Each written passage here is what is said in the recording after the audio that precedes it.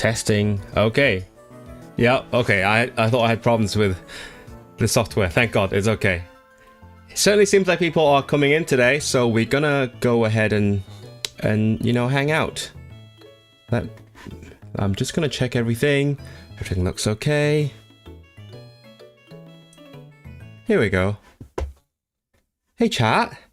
Hi. I'm having some technical problems today, so I was a bit like, whoa, what do I do now? Mainly because I switched systems again. I'm starting to settle into the typical Linux lifestyle where once in a while you're like, I kind of want a new OS, and then I went for it. My first one lasted like 3 years, and then my second one lasted 3 months, and then now I'm on a third system. So some things I had to set up again. My streaming, my OBS studio currently is not showing chat, so I have to look at the chat that's in the video itself, like this one. I had to look at this one rather than in my usual like pop-up chat window, which is fine, I can work with it. And then it was not connected to my mic for a bit, but I think, yep, you can hear me all right. I believe so. So welcome everyone. Thanks for joining me today. Good evening, Orange Barnacle. Hello, Jackie. Hello to everyone, Big Smoke. I'm guessing. Hallo, wie geht's? Ja, alles geht sehr gut. Ja, ich spreche diese Woche ganz viel Deutsch am Freitag und dann morgen auch, ja, habe ich Deutschstunde. Hallo, Ludwig. Sehr gut, danke. Sehr gut. Ja, es freut mich, dass allen es gut geht. I should probably brush up on my languages. I will explain the thing in the title a little bit because it's very complicated. I need to talk about it in a little bit. But yeah, what was I saying? I want to brush up on my languages because it is finally May again. As you all know, if you know me, if you know my channel, it's the annual polyglot gathering. And I am going. I forgot if I mentioned last week, but I am going. I've booked my flights. I have got accommodation, thankfully. I've got people to share with me, so I don't have to pay an extravagant amount of money just because I booked late. And I'll be going. I'll be giving a talk. If I've given you guys a preview at some point on stream, but I will give you another sneak peek again, just because I can. I actually do need to start prepping that presentation. I'll be very honest. I don't know how people do it, but in general, for these talks, I just prepare it like 2 weeks in advance. So it's, I've got how many, 24, so more than 3 weeks to go. So I'm fine for now. Where's my share screen? Where's my share screen? Oh wait, hold on. Again, new system. Have to figure things out all over again. Not this one. Window capture. No, that's video capture. Where's my screen capture? There we go. Okay, good. And then what? I have to choose the window I want to share. This is all quite new. I don't know how many people are actually Linux people, but there's always a learning curve somewhere. Okay, I got it. Wait, now it's on top of me. Why is it on top of me? Okay, good. That's a polyglot gathering program. Yep, and then if you scroll down, Israel, that is me. I'm only doing one this year. I think for the past couple of years I've done 2. Mainly, what usually happened was I would submit 2 talks, 2 proposals, just in case they reject one of them. I was like, I really want to do a talk because I get the speaker discount, so I want to make sure I get to do one talk. And then what happened was they would accept both, and then at that point I was too attached to both ideas to actually drop one of them. So for the past 2 years I've done 2 talks, one of them in English, one of them in another language. And then last year one of the talks was with my friends, so it was a group talk, so I had relatively less to prepare, but again that was more to coordinate with them. We had like rehearsals and things. So I'm glad this year it worked out. I'm only doing one. I only proposed one. They accepted it. It's only in English, so I don't have to like actually freak out about speaking a different language. It is about Chinese, especially the history of Chinese languages. So it is very much tied to the kind of content that I've been making lately with my friends. We've made a lot of funny reels about Old Chinese, because Old Chinese is such a very cursed language. And you would know if you watch my April Fool's video, which is all about Old Chinese.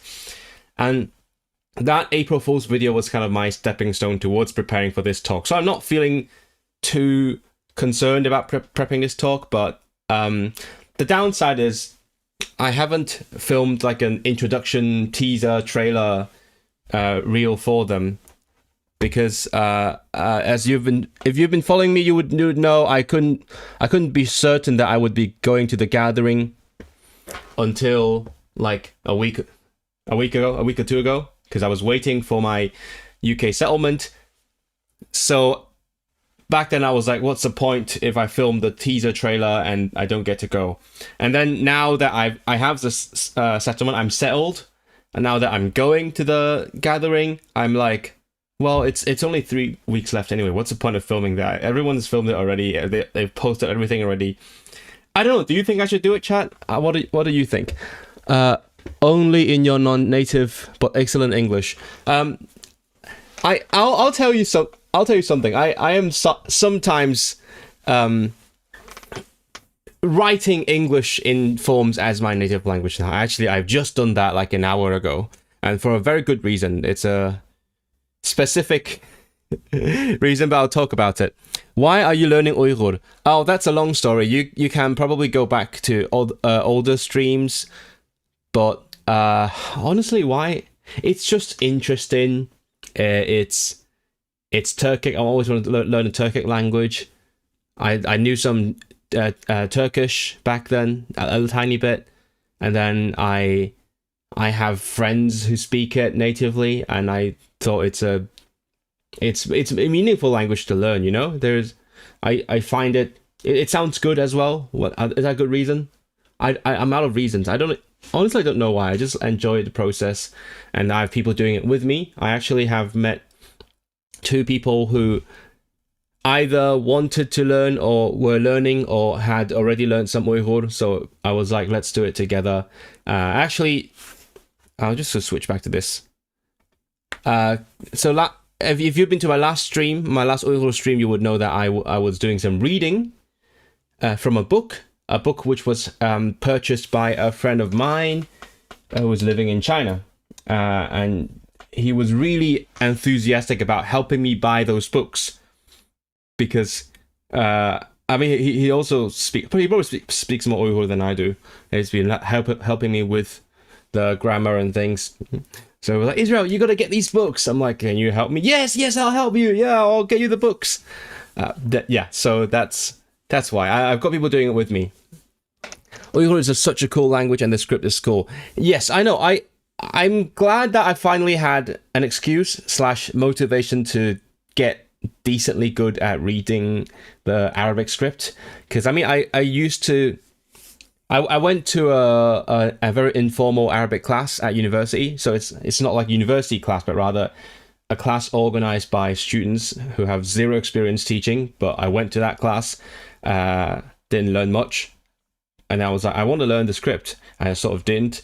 And then later on, I did some Duolingo, just the scripts bit, and then I tried using the book, mastering the Arabic script, and I just didn't have enough motivation to actually do it, because, you know, learning the script without learning a language is kind of pointless. It's weird. It's not motivating. And then when I started learning Uyghur, I quickly got, not good, but like better at reading Arabic script, because it is written in that script, and also it writes all the vowels, unlike Arabic, which makes it much easier to, you know, get used to reading it. Because in Arabic, while you're reading letters, you're also mentally having to slot in all the vowels and have to think about the morphology, think about the roots, the everything. Whereas in Uyghur, you just, in terms of practicing reading the script, you just read it, and it's fine. So I'm not great at it, but I'm much better than I was, and I'm glad, I'm grateful for that. Off topic, I want to travel to Xinjiang and maybe learn a few Uyghur words. Yeah, apparently it's a lingua franca there. I can't say I know a lot about the region because I haven't been there and I don't know a lot of people from there. I mean, my friends who speak Uyghur are from there, but I've been watching some travel videos and I've seen people in the area, and apparently it's a lingua franca even among like the Kazakhs and other peoples. So that would be handy. But I guess the government's now making sure that the lingua franca is going to be Mandarin and Mandarin only. So I don't know how long that's going to last. Is Uyghur similar to Mongolian in terms of vocabulary? I mean, no, it's pretty much what it seems to be. I mean, it is Turkic. So originally it is like from the same family as Turkish. And then it's got all the Persian words like Turkish because of the power of the Persian Empire back in the day. They've got Arabic words because of Islam, and then they've got a lot of Mandarin words, which I find very amusing. Every time I see a Mandarin word in Uyghur, I'm like, that's hilarious. It's just, I guess it's because of how well I know Mandarin, and also I don't know, because Mandarin has tones, Uyghur doesn't. So when they borrow the words, they lose the tones. It's like when you like talking about Chinese things in English, you lose all the tones and everything. Except in Uyghur, they don't just use Mandarin to talk about like Chinese specific things, but like things in general, like table. Table is joza, which is from Joza. And also, the Mandarin words in Uyghur have such a specific accent as well, because they didn't borrow from like standard Mandarin. They borrowed the words from the northwestern dialects of Mandarin, which was amazing. I mean, Xinjiang is bordering Mongolia, so it makes sense of I'm sure they have something in common. I don't know much about Mongolian. I do like Mongolian. Maybe someday I will get around to like looking into it. I can't say I have a good reason to do it right now. For me, as I always say, I need a good personal reason to learn a language. I was saying, because I was talking to my friend Iskandar the other day, and then he sort of knows basically everything about Central Asia. So I asked, okay, if we disregard all the personal connections, all the previous exposure that I have to these languages, if you were to pick a Turkic language for me to learn, which one would you pick? And he said Uzbek. Probably because of how Turkic is. Because in case you didn't know, Turkish it's not a very Turkic language. It's been heavily Europeanized. It's so funny. Like, so many of the famous languages are not typical of that language. I think I mentioned that once. Turkish is not a very Turkic language. Russian is not a very Slavic language. English is not a very Germanic language. It's so weird. Anyway, so he said he would recommend I learn Uzbek, which is funny because Uzbek, it used to be this huge meme on language learning Reddit.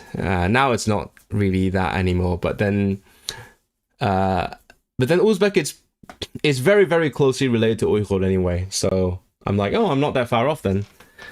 Uyghur is basically Turkish but Chinese. Kind of, yeah. But they apparently they kept a lot more of the Turkic structures and forms and things. So it's more interesting, I suppose. If I ever get good at this language, I'll try to move on and like try to understand other Turkic languages as well. So there's that. Speaking of which, I can show you guys this. So, how do I find that? I want to show you guys my badge at the Polyglot Gathering. Where can I find it? I mean, I was gonna say, I should keep it as secret, but then again, it's gonna be on my badge in like 3 weeks anyway, so might as well. Where is my? Oh my goodness, where is my screenshot? It's because I'm on the new system. I haven't set up my email yet, so I can't open my emails to get my link to things. And then I'm looking for the screenshot that I made recently. I think that's the one. No, that's the one. Yeah, there we go. Save as. Okay, I'm gonna open this and then show it to you guys. That's the thing when I'm like trying to open things on live. I'm trying to keep you entertained, so I just say some things while I'm doing that, so that you don't, so that I still have your attention, right? Window and then this one. Yep. So this is my language badge. So at the Polyglot gathering, you used to write your own badge. You used to like get some stickers, paste it onto your badge, and then like write your own languages. But then since a certain number of years ago, they changed to you telling them your languages on the online form, and then they would like print it for you. There is a whole discussion about flags to be had, and me and my friends have had a lot of discussions around like flags representing languages. I agree that flags representing languages is a bad idea, because there's a lot of different problems that could arise from that. But at the same time, I do think it looks very aesthetic to have flags representing languages. So I end up doing that. My friends, some of my friends are like just choosing blank flags. The weird thing is, if you choose no flag for a sign language, it's gonna be this weird. Can I zoom in? This weird thing. Oh, I know it's very pixelated. So on top of a blank flag, so you actually cannot request an empty flag for a sign language. Even if you request an empty flag, it has this weird thing on top of the empty flag, which is kind of silly. And I recently learned what this means. So it means interpretation, as in like sign interpreting in American Sign, and potentially maybe International Sign. I don't know. So when you see this, basically what the flag is saying is UK interpreter, which is not wrong, but also, you know, lots of people use sign language who are not interpreters, like the people who actually need sign language and are born and raised in it. So, and also, this is the American sign for interpreting, not the British one, so that's also weird. I just don't understand. So like, I'm practically telling people that, hi, I speak German, I speak French, and I speak British interpretation. Interpreting is just one aspect of signing, right? And imagine like if you were to talk to like a deaf polyglot who signs lots of sign languages, it would be like the flags would be saying, oh, hello, I speak UK interpreting, France interpreting, Germany interpreting, and so on. And that's just weird.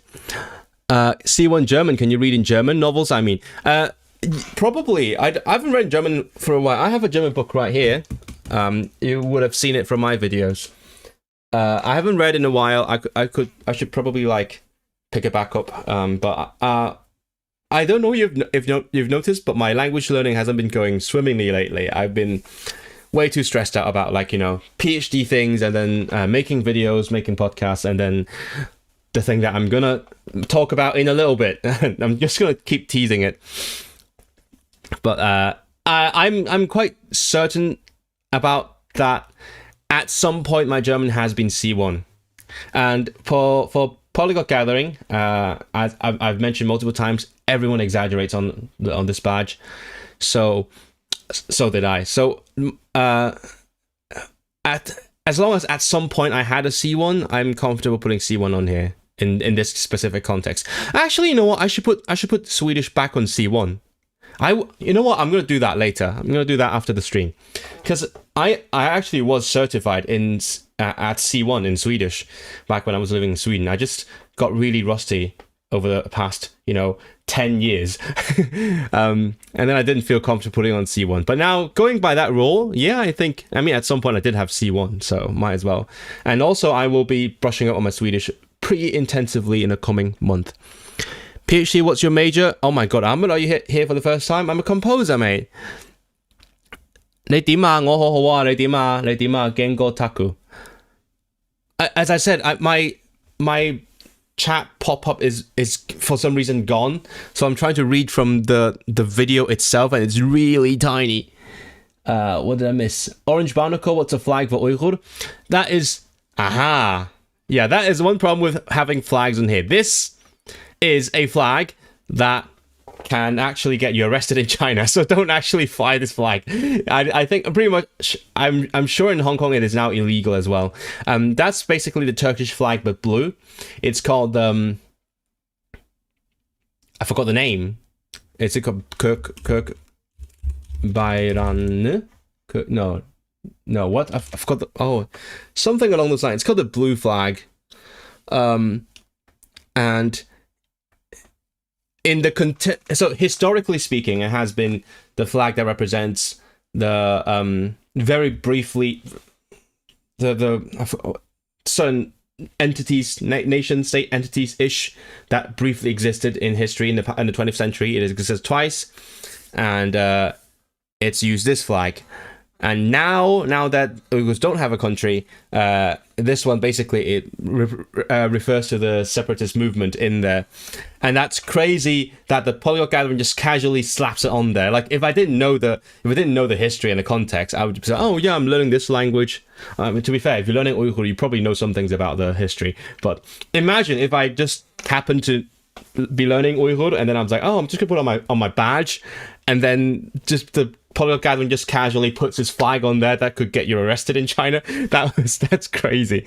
I also put Hong Kong sign. I actually don't know much Hong Kong sign. I know a few signs, but I know a lot of people who sign Hong Kong sign. There is a surprisingly large population of Hong Kong deaf people in Manchester, and so that's why I have an interest in the language, and I'm like, I'm gonna do it like lots of polyglots do, and use this badge as like, use the A section as an indicator of what I want to learn eventually. I have like an A00.001 or something in Hong Kong sign.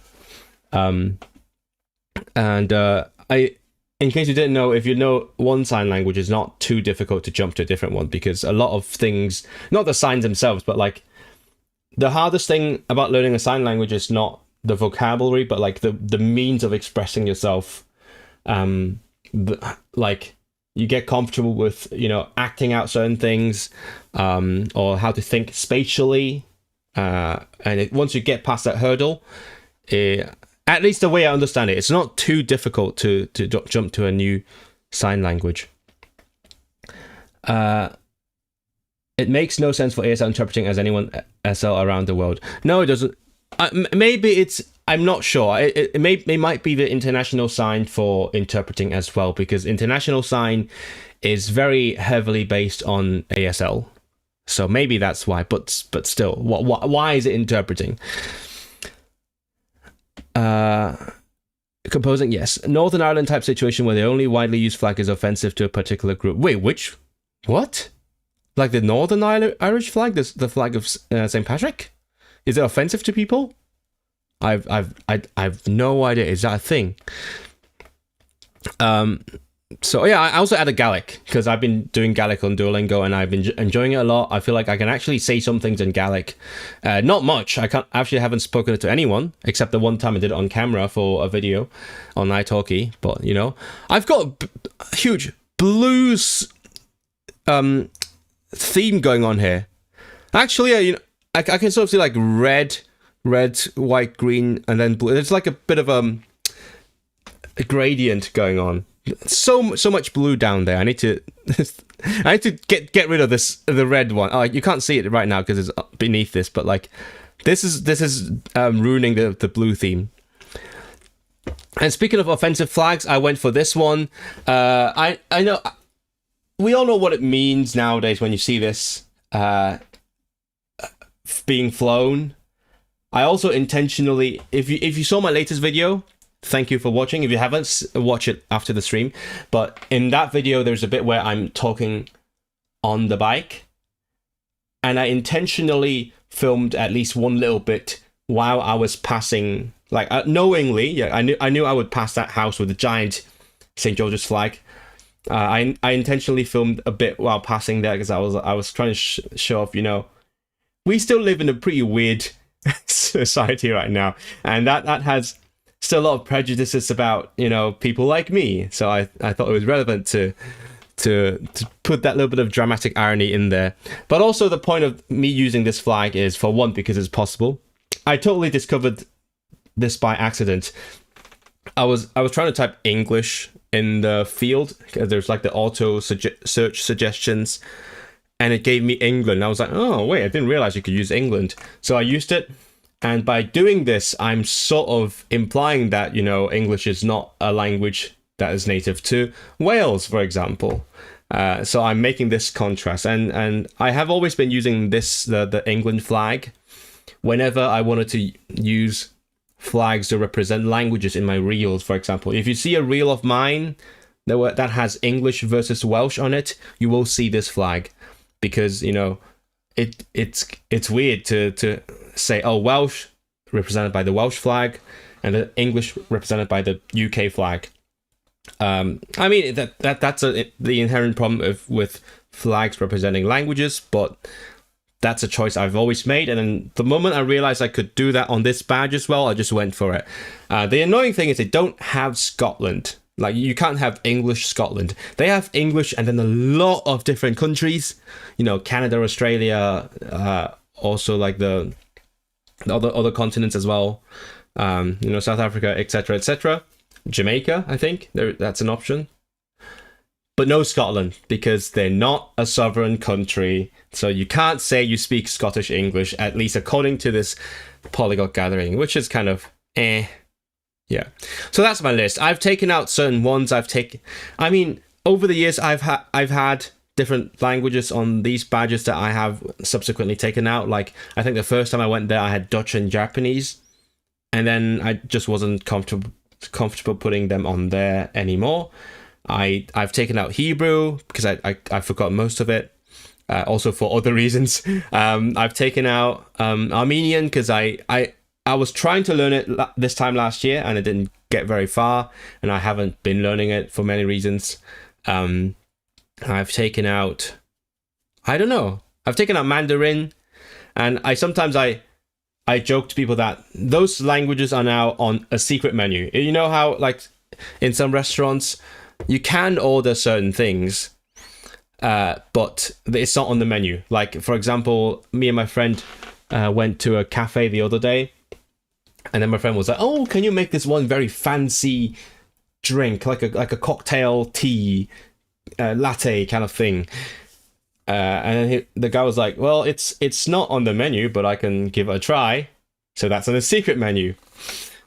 So now I just have some languages on the secret menu. Like, if you know me, you can try speaking, you know, Hebrew to me. You can try speaking Mandarin to me, but I'm not advertising that it is an option that I speak. It's like, you know, Richard Simcott, the most famous polyglot of all time.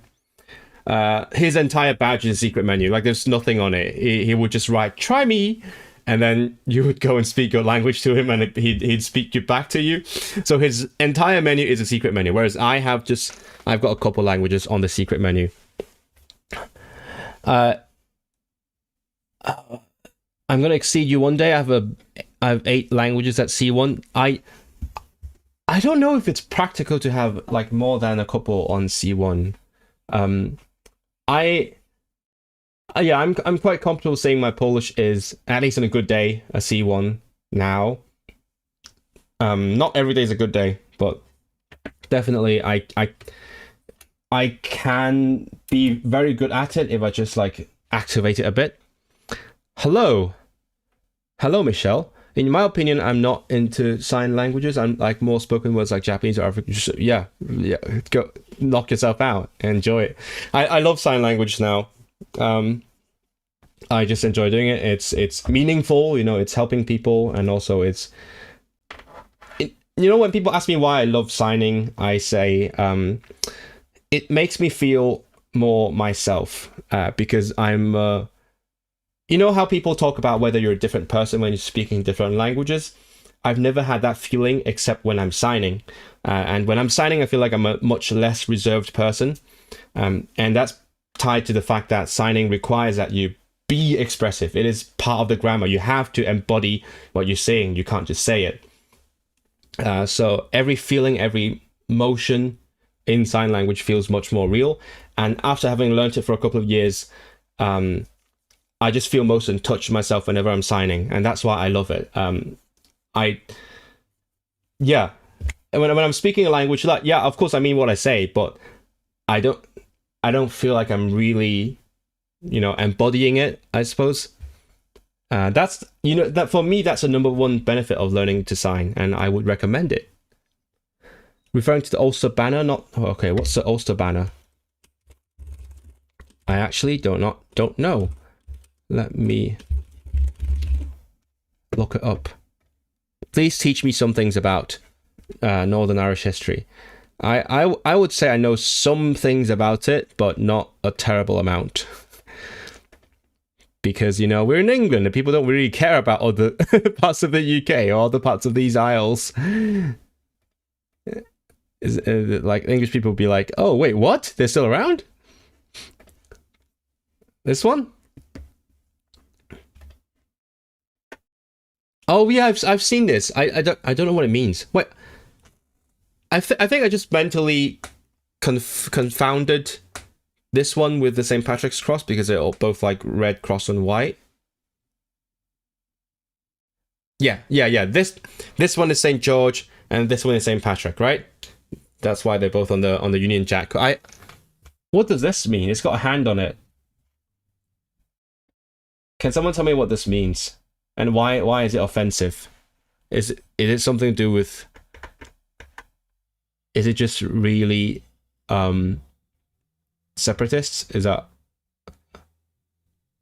That's too much to read while I'm also talking and also trying to read chat.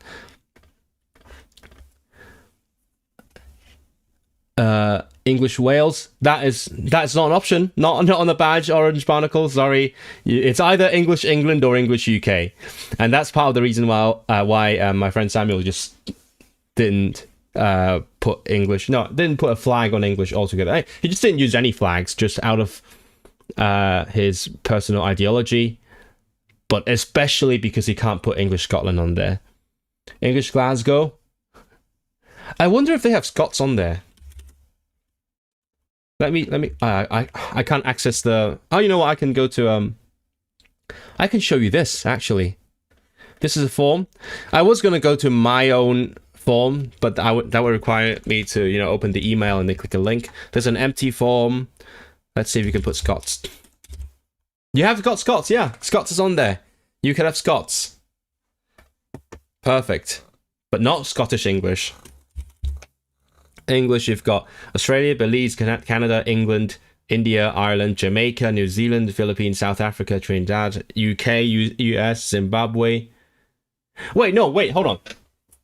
How earlier I said Scotland is not a sovereign country and that's why you cannot have it? Neither is England. What the fuck?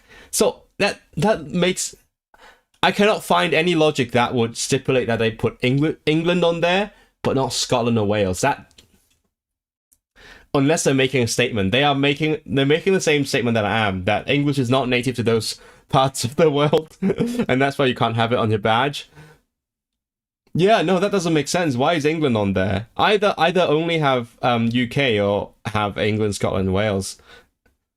I don't know about Northern Ireland. Would anyone put English Northern Ireland on there? Or is it just Ireland? Ireland is on here.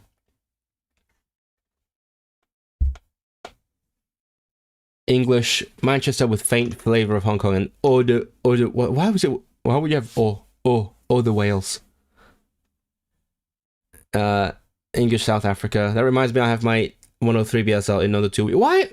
Wait, how long's your course? You just did one exam. Why are you doing all the exams in like a month? I need to revise that. That is fascinating. Do you think less expressive people would struggle more with signing? No, I am the less expressive people. I struggled a lot when I started. Yeah, I struggled a lot more than my peers.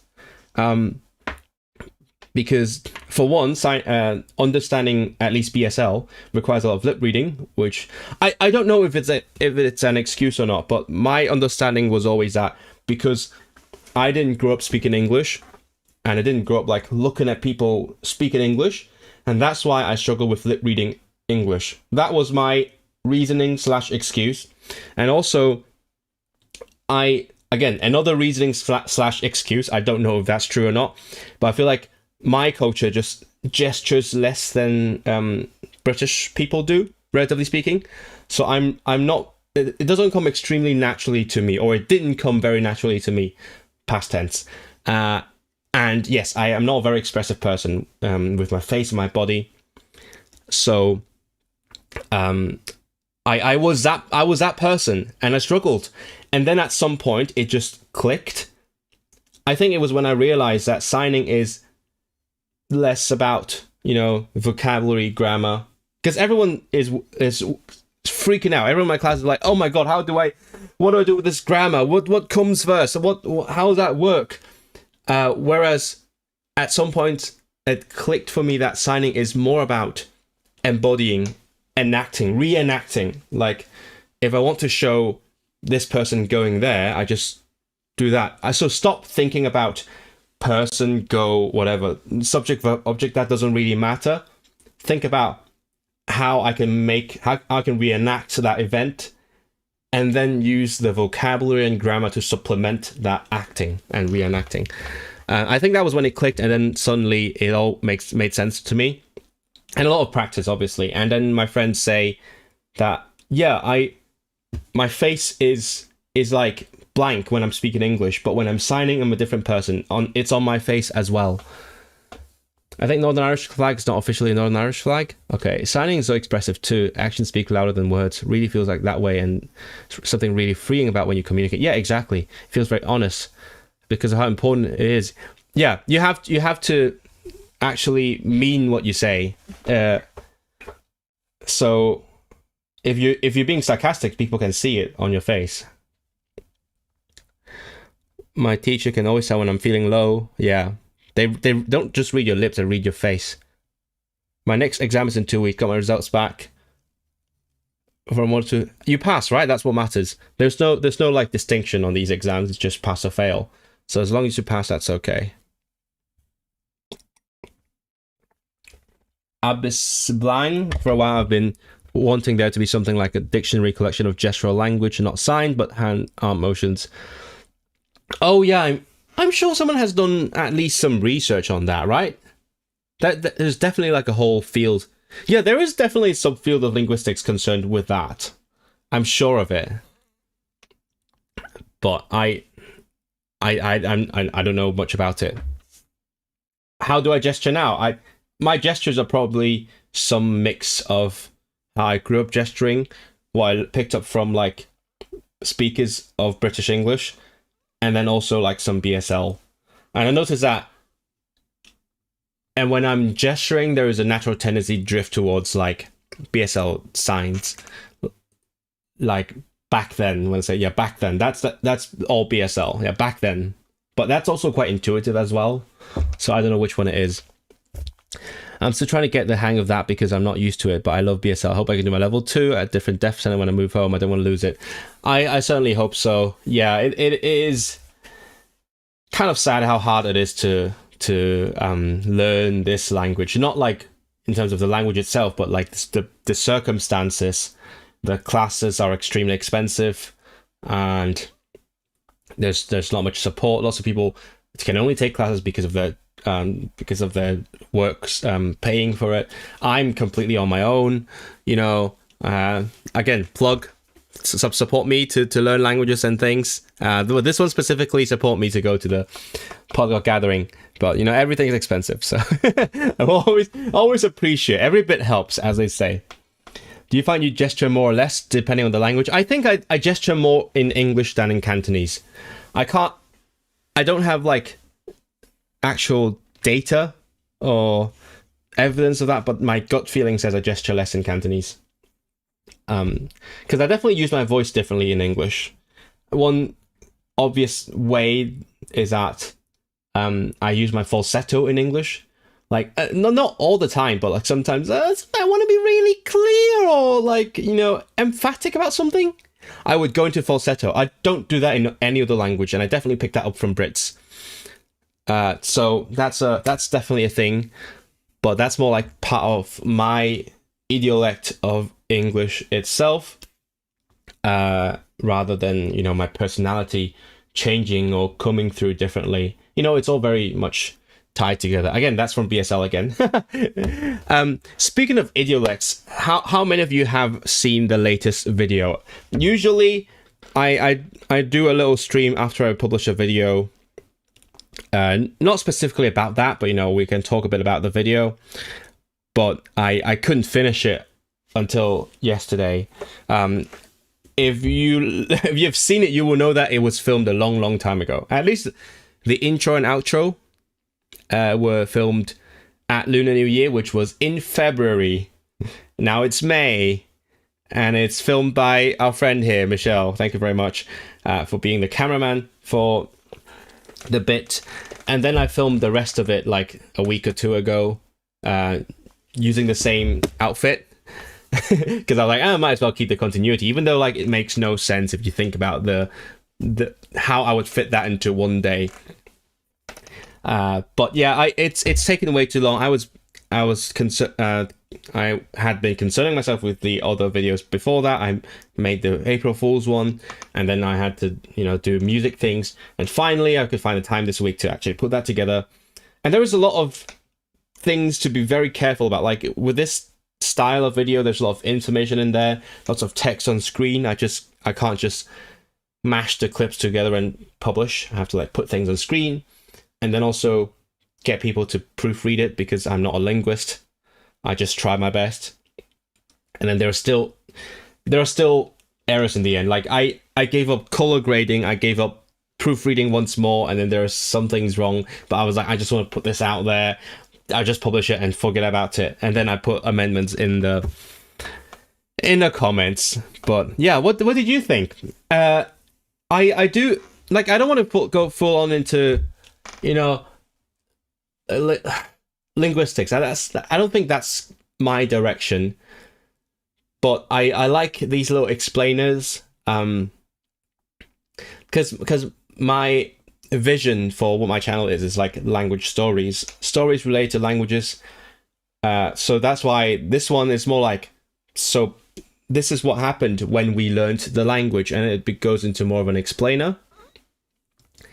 But I do enjoy exposing parts of my culture to the world, and my other audience.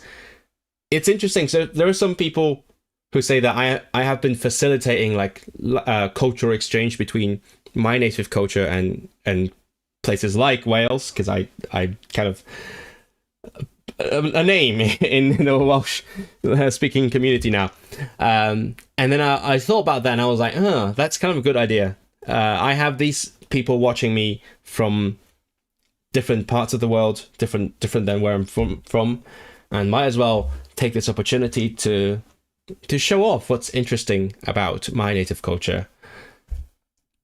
And I have some other ones planned. I don't plan on like making all of them in one go, but I think eventually, as I said in that video, I want to make one about like English words that are specific to Hong Kong. And also maybe one that's about like the style of written Chinese in Hong Kong. That would be a little bit harder, because I would have to explain everything and translate everything. But I think it works, and I'm glad a big chunk of my audience actually enjoyed this new video. Actually, I accidentally made a brilliant play there by publishing like at midnight, because normally what happens is, because I have a big audience who is interested in Welsh things, which is fair. I appreciate you all, and I love making like Welsh related content.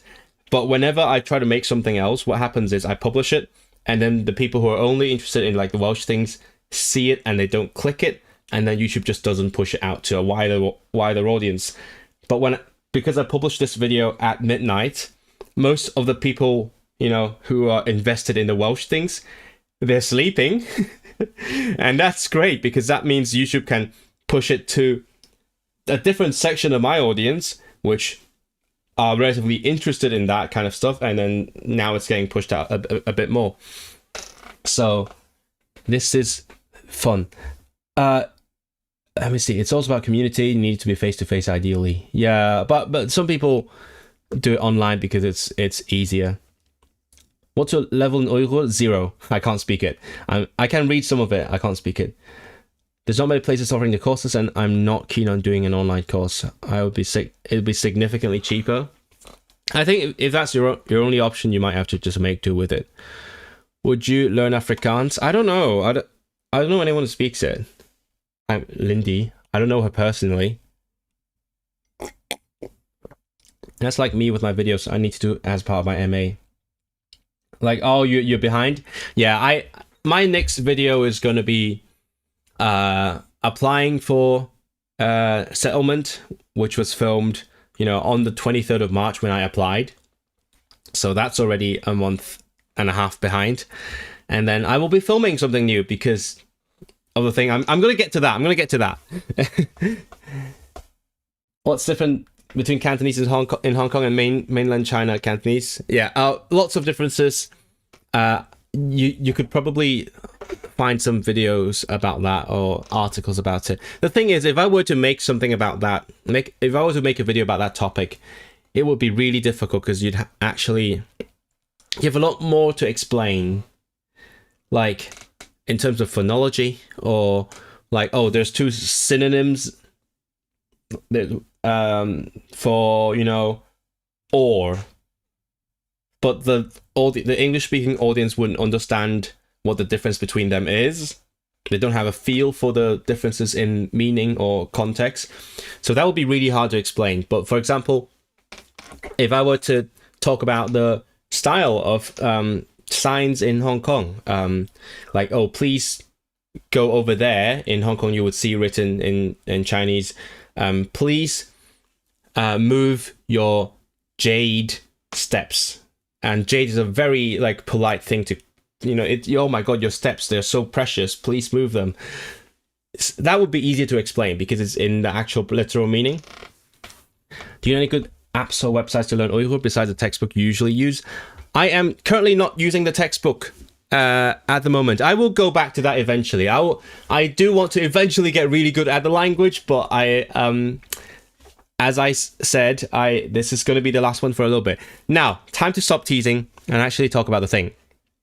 So, because this is this is going to be a big reveal in a video later, but it's only 13 people here right now, so I can kind of tell you a little secret. You don't tell anyone. Don't spoil it for the wider audience. And also, this is hidden 1 hour into the stream. So if people just come and watch this for half an hour, they won't know what they won't know what the thing is. So big reveal. I am going to Iceland in a year to learn in a month to learn Icelandic. That's it. I wasn't planning on doing that anytime soon, especially considering the fact that I cannot leave this country for very much over the next year in order to get citizenship. But I was offered the opportunity to learn Icelandic in Reykjavik for free. Yay. And in exchange for me, just documenting my journey and making videos about it. So I'm not actually getting paid anything, but it's kind of being sponsored to do this. It's kind of really exciting. Now, last time I did something like this, it was in 2023 when I went to Lithuania, and that was kind of a similar case where I had to buy my own flights. I got there, the course was free, and in Lithuania they gave me 700 euros. They actually paid me, not me specifically, but anyone going on the course. Because in Lithuania, they really want to promote the language, so they would just pay anyone to learn it. So I basically spent all of that money on rent and local economy anyway. So that worked out. Kind of I took home nothing. Whereas now they're paying for the course and accommodation. It's a very similar situation, but this time that's for me specifically because they've seen what I've done on YouTube, and they're interested in what I would do in Iceland. So I actually still have to work out what exactly I want to do, like content-wise, while I'm there. I have some ideas in mind. I won't spoil everything now, but I'm thinking in several different directions. You know, it's like when I was in Lithuania, I talked about going there, talk about language, about learning the language, talk about the environment, not like the natural environment, like the linguistic environment. I might go down that route, or I might talk about something that would be typical of my channel. We'll see what I manage to do, but it was all very sudden. I was offered like a few weeks back, and then I was like, I couldn't confirm yet because I need to wait for confirmation that I can actually go physically. And then I took ages to to make my decision. I had a lot of anxiety about leaving home for a long time, partly because of the citizenship thing, but also just, leaving home for weeks on end. I'm too old for that now. But in the end, I was like, I feel like it's now or never. My other option was to do it next year. But then I was like, I'll probably have a job next year and not be able to go. So it's now or never, and I went for it. Paid some expensive flights because it's only a month ahead. Again, if you want to help me get there, bam, that's your chance. It's a cool opportunity, great opportunity. It's supposedly a month-long course. It's actually 3 weeks-ish, I think. I just realized that I was almost going to miss the final exam, but thankfully the flight that I was going to get went up in price, so I got a later flight instead, and then I can make it to the final exam. It's 3 weeks, and then I'll be back home finally. So I'll be going straight from Polyglot Gathering to Iceland, and that saves me one flight. Because if I were to go to the gathering and back, that would be, I think, £35 there, and then like £100 back. So I actually save that £100 flight and put that into the flight to Iceland instead. So actually, that's a good maneuver. How exciting! How long I'm going? Yep, Iceland is also very expensive. Yes, that's one thing that unnerves me. Just the pure cost of living over there. I made a pros and cons spreadsheet because I love making spreadsheets, and every time I have a very difficult decision to make, I make like a pros and cons sheet. And one thing that is a con on both, because I was choosing between going next month or next year, right? And in both cases, next month and next year, a big con is just living cost. It's so expensive. I actually haven't been there. I looked on Google Maps, looked at some menus. I was like, I wonder how much a boba tea is. It's not too surprising. It's like £1.50 more than here. So hopefully it's not going to be too bad. What is this? Oh, hi. Have fun in Iceland. Thank you. I will try my best. Yeah, I will bring so much gear there. Hopefully my it all fits into my suitcase. Of course, I'm going to bring this. I might try to do a stream there as well. I'm going to have to rely on the MacBook Air. I hope the Apple chip actually can do all this. I used to use this Lenovo laptop. That definitely cannot do any sort of video editing or streaming anymore. But now I have the MacBook from the university. It's basically it's a basic MacBook Air, but thankfully it's good enough to edit some videos a little bit. Hopefully I can do a stream on it and also make some videos while I'm there. Otherwise that would be a pain. I hope you enjoy Icelandic cold. It's June, mate. It's not going to be cold. It's going to be, chilly. It's like, I checked, it's like 4 degrees to 16-ish, maybe? 4 to 15? I thrive in that weather, mate. Like, it's fine. But I heard it's very windy, and I was told it's a lot like Edinburgh, in a way. So it's okay. Like, I thrive best at around 15, 16 degrees, as things stand. Iceland weather is not cold in June. Have you been, Jackie? It sounds like you've been. I've never been there, so I don't know. And I'm gonna see some like midnight sun as well, presumably. That's exciting. I'm a bit nervous about that because whenever I see beautiful things, I feel the need to, film it in a way that does it justice. But I can't because I'm not good at cinematography.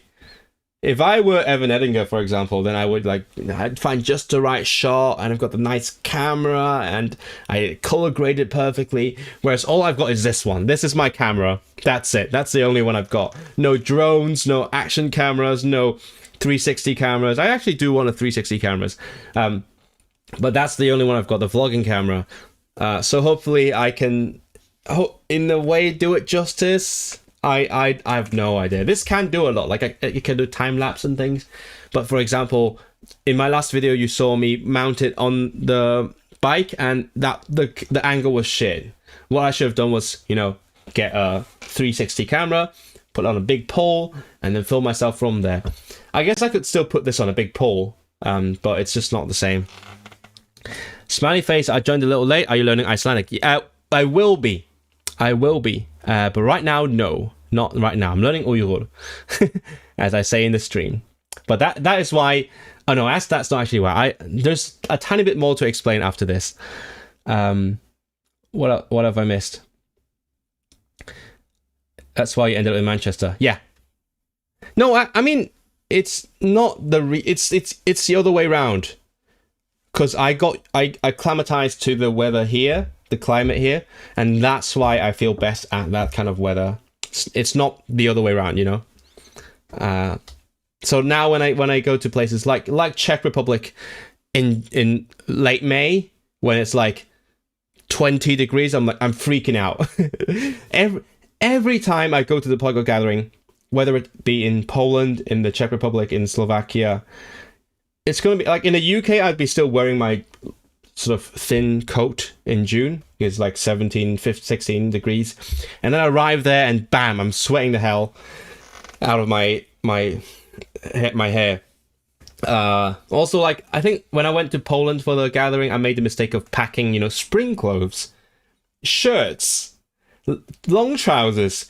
And then I go there and it's like 22 degrees and everyone's in a t-shirt and shorts and everything. I'm like, no, I'm dying here. What am I doing? What have I done? So I'm kind of glad. Oh no, that means this is going to be a difficult trip to pack for. Because I'm going to the Czech Republic in late May, so I need to pack for summer. And then I'm going to Iceland, where it's like 10 degrees average. Oh no, that's good. I'm worried now. Okay, just layer up. It's fine. It's not like it's winter anyway. Enjoy the almost midnight sun. I want to see solar eclipse in August. Oh yeah, there is I totally forgot. So I've got a friend who's going there in August for the solar eclipse. I'm gonna be 2 months too early. Sorry, I didn't have a say in that. It was decided for June. What I think of Iceland is the cold weather. It's I haven't been there, so I don't know. But it's not Greenland, that's for sure. Greenland's proper cold. Iceland is. When it's not winter, it's probably fine. I've been learning things about the country as I'm preparing for the trip, like how the transportation is like, how the city looks, and so on. There's no trains. But also another important part of that update is that part of the decision I had to make between going next month and next year was that the course next month is going to be in Swedish, whereas the one next year is going to be in English. So I had, again, in my pros and cons sheet, I had a lot to think about. For one, I do want to do it in Swedish because that skips a lot of hassle. Going from Swedish to Icelandic is much easier than going from English to Icelandic. You save a lot of time learning things that you already know from Swedish, because Swedish and Icelandic are Swedish is like Icelandic simplified, okay? And then also that would finally give me the drive to brush up my Swedish, because I haven't spoken Swedish for a decade. I used to be really good, and now I'm not.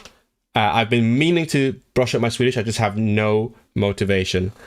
But finally, I have the perfect motivator to actually brush up on my Swedish.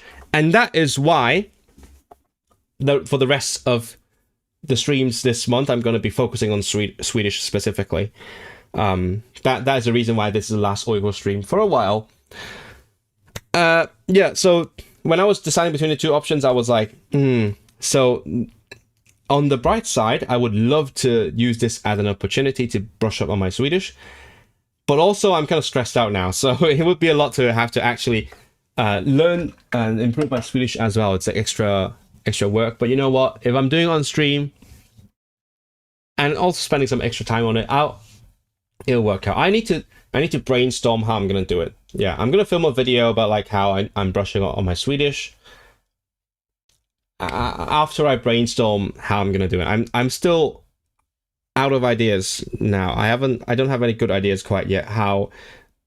What is the best way of going about that? Because it's not like I'm learning a new language. I'm reactivating a language that is strong but very buried in my head. Be sure to bring a variety because the weather climate differences are going to be pretty big. Yeah, need to go? Okay, thank you for joining me, Jackie.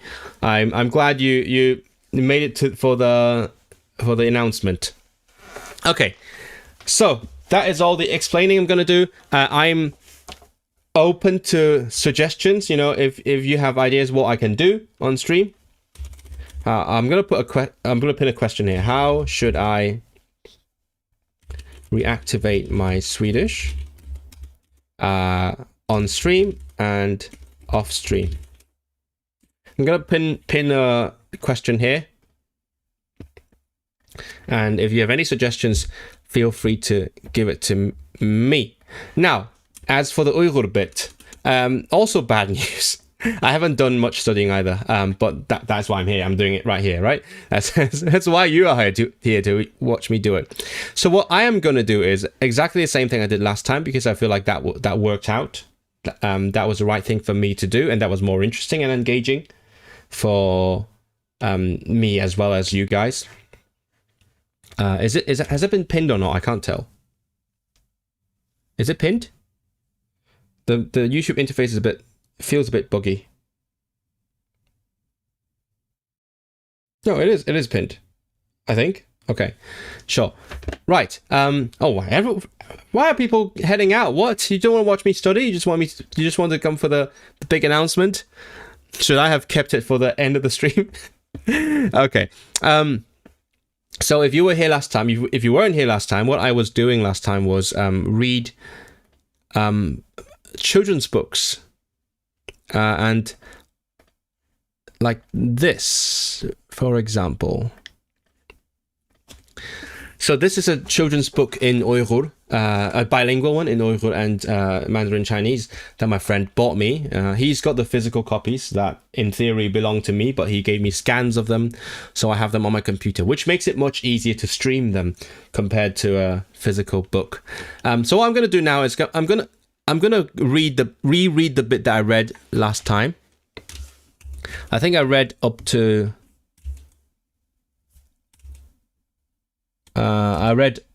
here, page 5. So I'm going to reread some of this,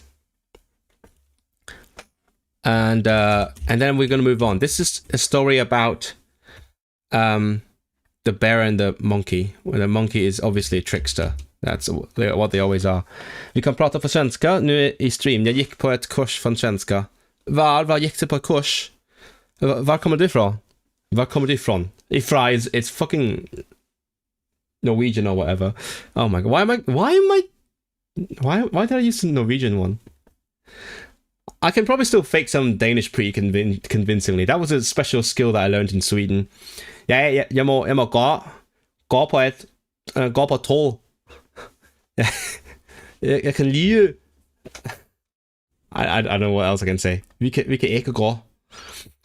Så ja, om du vill kan du prata svenska med mig på streamet, jag vet inte. Jag insåg att det inte är så svårt, inte så svårt att prata svenska när jag inte tänker på kymriska, men problemet är att när jag pratar svenska så kommer kymriskan till huvudet. So what I'm saying is, I just realized recently, because I've been saying for ages that my trouble with Swedish is that I keep confusing it. My brain keeps confusing it with Welsh. For some reason, they're stored in the same memory, and my Welsh is really strong right now. I noticed that. I'm going to switch back. I noticed that whenever I'm reading something in Swedish, for example, I can temporarily put my brain in Swedish mode, and then I can speak it pretty comfortably. At least, like, on a basic level, it all comes like it was flowing out of me, right? It was fluid. It was fluent in that sense, in a fluid sense. But halfway through that sentence, the Welsh came back into my head, and then I stumbled. Like, I wanted to say two. Two in Welsh is e. E in Swedish means in. So, like, I used the wrong preposition because the Welsh was coming back to my head, and that what makes it difficult. So I need to find a way to re-establish like a mode, just a mental space in my head that is exclusive for Swedish. And I'm thinking I might just do that through like reading, listening, that kind of stuff, and also speaking with people. Now, right now I'm a bit shy to speak it because of what I just described. I was like, oh my god, what if I say something and halfway through I switch to Welsh, which is what always happens. So I'm gonna try to do some reading first. Jag kommer från Zagreb I Kroatien. Oh, okay. Oh, who? No, what's that? Fun? Is it fun? Found? No. Do you say finner? Find. Hitta. Ja, okay. Hur hittade du kanalen min? No, that's all Norwegian again. Min kanal. Why do I have Norwegian in my head? I don't speak Norwegian. What the fuck? Oh, I know. Because I watch a lot of Netflix and YouTube in Norwegian. That's why it's in my head. Oh, what the fuck? That was unexpected. I have never learned... I have learned it, but I have never got good at Norwegian. That's so weird. Hur hittade du? Yeah, it's like word by word. I need to like take it back. Like hitta is a very common word which means to find. Once it comes back, then it's here. Like, I'm not gonna forget it for a while, but there's some basic shit that I need to like get back from having lost it for ages. So titta. I love titta. Yi, that's yi in Cantonese. It's the same word. Yeah. Hur många språk kan du prata? I think that another problem is that even if I brush up my Swedish now, it's going to be like the basic bits. When I'm learning Icelandic, I'm going to have to make sure my Swedish is like up to snuff on a pretty decent high level as well. And as I said, I do have it in me. I just need to get it back. So I'm gonna make it work, okay? And it's not gonna be my first time learning another language through Swedish, because when I was in Sweden, I went to phonetics course in Swedish by a German professor, and I also did a German literature course in Sweden. So it wouldn't be my first time learning something through the medium of Swedish. I just need to make sure I get back into shape. Jag pluggade... plugga! I love the word plugga. Yes, so it's coming back to me. Thank you. Jag pluggade välsisk språk och jag finnade din kanal, men tyvärr pluggar jag inte. Jag heter Lukas. Hallå? No, not hallå. Hej Lukas. Jag pratar inte välsisk. That's interesting. There are so many ways to say Welsh in Swedish. I think is valesisk an option? Because valesiska is a standard one. Because in German it's also valesisch. So that's a standard. But then I guess Velsis is a thing maybe. And then there's the one that is also in my dictionary app, at least in my last phone, because it's not compatible with this new phone. Which is Shimniska. Yeah, I like it. It's obviously some Kumrai, and it. Actually, I don't know how you pronounce that. Is it sh? Because it has a no, it's a kum. Okay, so my bad. I read it phonetically because it's spelled Kymriska. So by Swedish spelling rules, that would be shim. But I guess because it's a foreign word, they don't say it like that. So because shimra. No. Oh, but no. What's that word? That's cognate with kuman. Bashimra. Yeah. For example, the word bashimra which means to worry. Bashimra. So that'll be sh, but I guess because it's a foreign word, so they say kum. No, hold on. How do they say that? Yeah, Kim. So it's Kimriska. I like the name Kimriska. I'm gonna stick to that when I'm speaking to Swedish people in the future. I'm gonna insist on saying Kimriska. It's gonna be so weird because it's a course for Swedish speakers, which is gonna be mostly Swedish people. I'm just imagining myself like this Asian guy amongst a bunch of Vikings. That's gonna be so bizarre. Anyway, back to the Uyghur. I'm gonna reread the bit that I read last time and then go to something new afterwards. So achkuz. Oh my god, I'm so slow. I haven't studied anything. I haven't done my flashcards. Oh, this is a bear. Ek bay. Achkuz ek bay. Daim, always. Yıllıkçı, long-term worker. Yıllıkçı. İşletip, hire. No, işletip.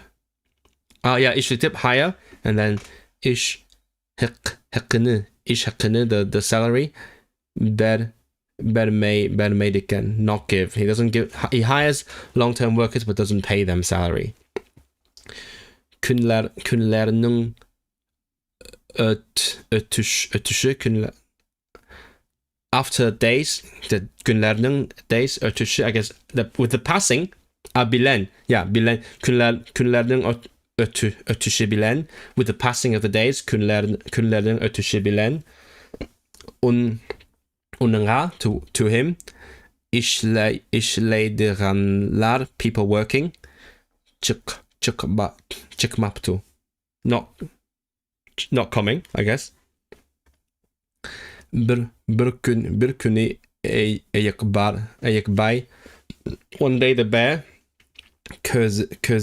közüge yavaş. No, what? To the eye, közüge yavaş, honest.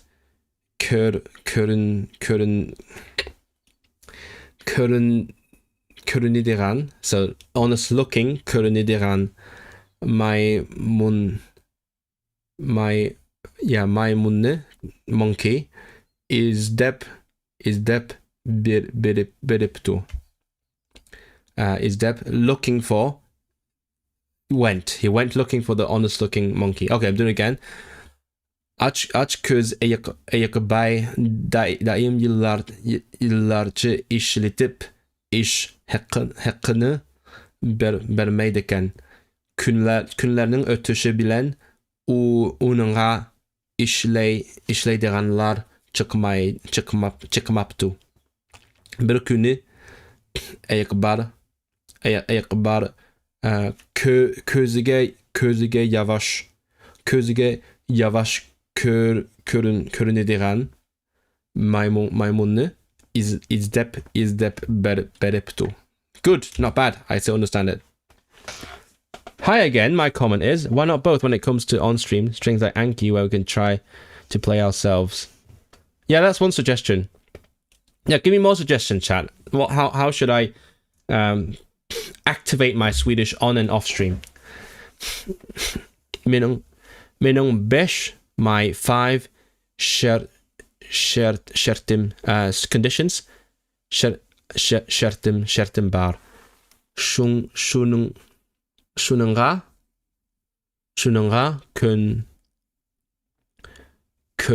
consider agree to them. Consider consider bere. Consider. So with agree to that, I will work. Depto Maimun, said the monkey. Ekbai kung lide. Oh, the bear in his mind. Yil akhirda at the end of the year. Ber.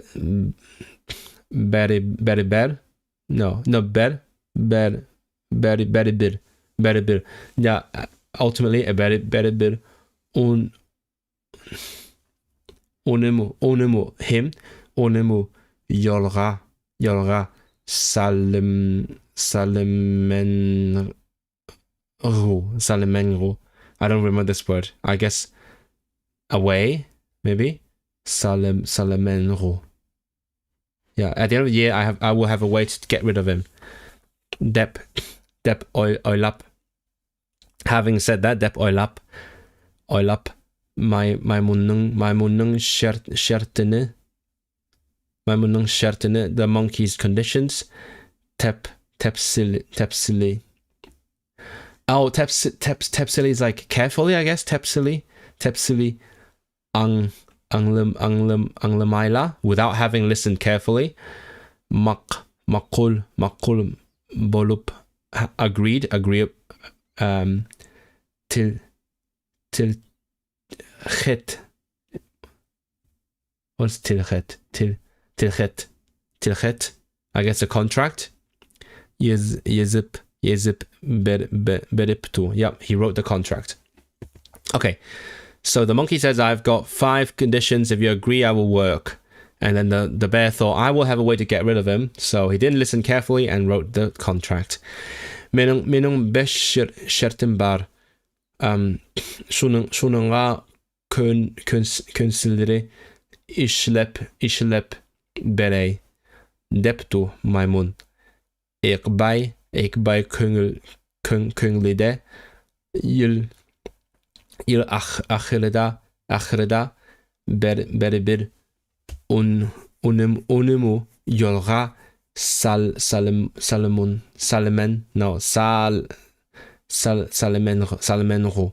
Dep oilap my munung shertene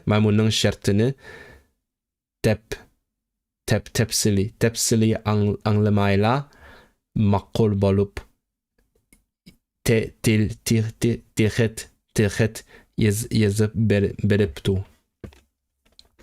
Next, I'm Russian for them. I'm good at this because I've read it already. Maimun ishqa chushken. He started working. Tunji, the first Tunji Kuni, the first day he started working. Eikbai une kulden su ekilip. So the bear made him get water from the lake. Ekilip idishne. Oh, and fill like a bucket. Yeah, a tank. Idishne toshkozushne. I don't remember this word, but I remember that it means to fill. Toshkozushne buiraptu. I remember buirap is order. Begum, my lord. Bu ishne, this work. Kalal maimen, I cannot do this work. Deptu Maimun.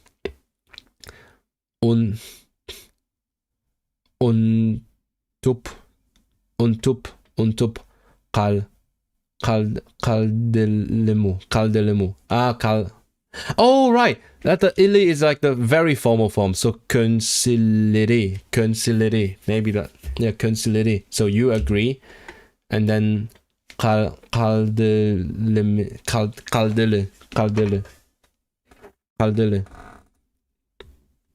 Kaldelemu. Untup kaldelemu. You forgot. Shertim biri. One of my conditions.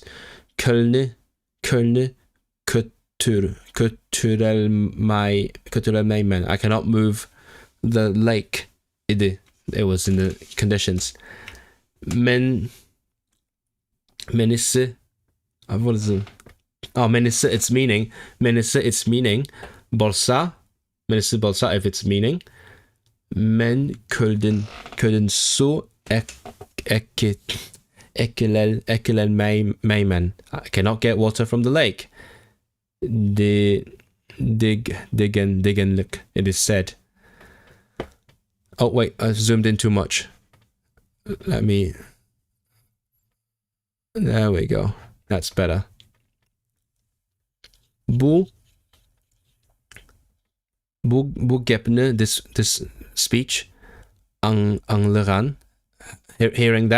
having heard that, ik bij my munnung shirt little.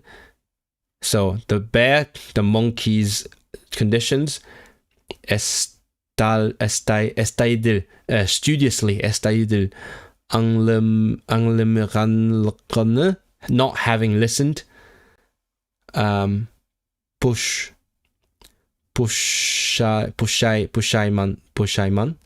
pushaiman, regret, regretted. So having heard this, he regretted not having listened carefully. Bolsa. Oh, no, bolsa, bol is to be and sa is like if. So if it's to be. Yeah. So I guess it means like, if it to be specific, it was to be clear. Let me read that again. Maymun ishqa çüşken tunji günü ekbay onu kölden su ekilip in idişni toş. This is a really hard word for some reason.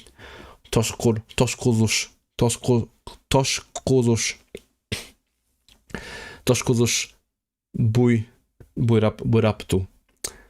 Begum. Bu işini kılamaymen. Yeah, I can say kılamaymen. That's easy. Kılamaymen. Dep to maymun.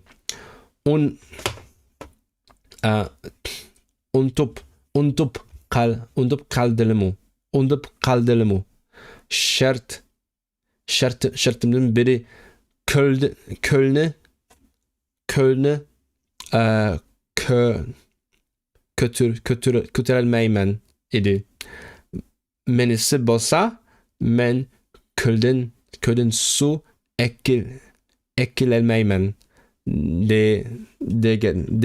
degenlik. Bu gebne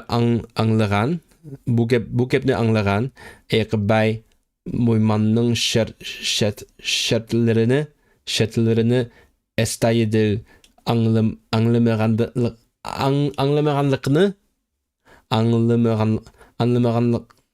anlamaganlıkın what not ne anlamaganlıkın anlamaganlıkın pushayman qıptu. Good, easy. Oh, that's new. That's new stuff now. Exciting. Oh, I need to move it so that you can see it. Yep. Okay, what's this?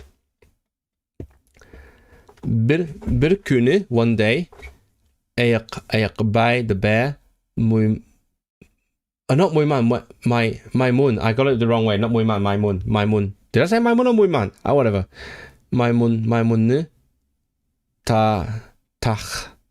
Tardin. Oh, from the mountain. Tardin. Otun. I don't know what Otun. Ekilishke. Ekilishke. I'm guessing like get some soil. Ekilishke, because there's the same verb as before. Ekilishke. To this work. Buyrughaneken. Buyrughaneken. I don't know what this tense is. I need to look it up. There's always this like iken.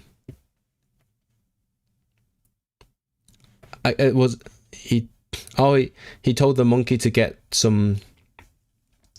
chop some wood from the mountain. Buyrughaneken. I guess like he was telling the monkey to do that. So birkuni ayqbay maymun tarden. So this is wood. Otun ekilishke buyrughaneken maymun. It's not Arabic, it's Uyghur. No, yeah, it's not. I told you it's Uyghur. Bigum men silige. So, my lord, I towards you silige. I love how the very formal pronoun in Uyghur is silly. This sounds silly. Silige. Tarden. The mountain. Of the mountain. Mountain. Chichini. What's chichini? Chichini. Chushurelmeyman. What's Checheni? Chushurelmeyman. I cannot shave the mountain's hair. What the hell? So the mountain's tarnung Checheni. So the mountain's hair, I guess hair. Chushurelmeyman. I cannot shave.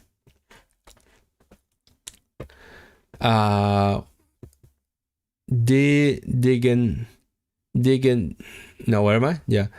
Degenedimru. What is degenedimru? I guess it's like, isn't it said? Yeah. Didn't I tell you? Degenedim. Oh, degen, say. Idim, I said. No, I didn't say. Digenidim, I guess? No, that doesn't make sense. I don't know what it means. Digenidimu. Or did I tell you? Deptu, he said. Ayqbay atchuklap. Achuk. I think it means like get angry. Achuk. Oh, because achuk is spicy, right? Achuk. I know that from eating in an Uyghur restaurant. Achuklap. He got angry. Varqarap. Oh, varqarap. Kitiptu. What's kitiptu? Let's see. Oh, he's no, what? He's shouting? What is... No, let me look up the words. You can't shave the mountain's hair. Yeah. That's what he says. Oh my god, I have got the Uyghur keyboard on this new system. Great. I'm gonna look up what is...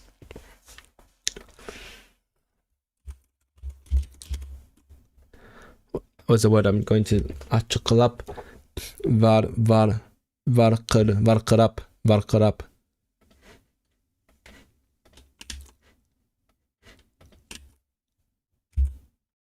No, where's varqarap?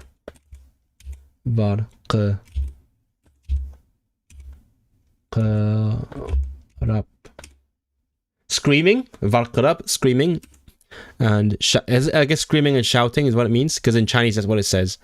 Varqarap, and then kitiptu,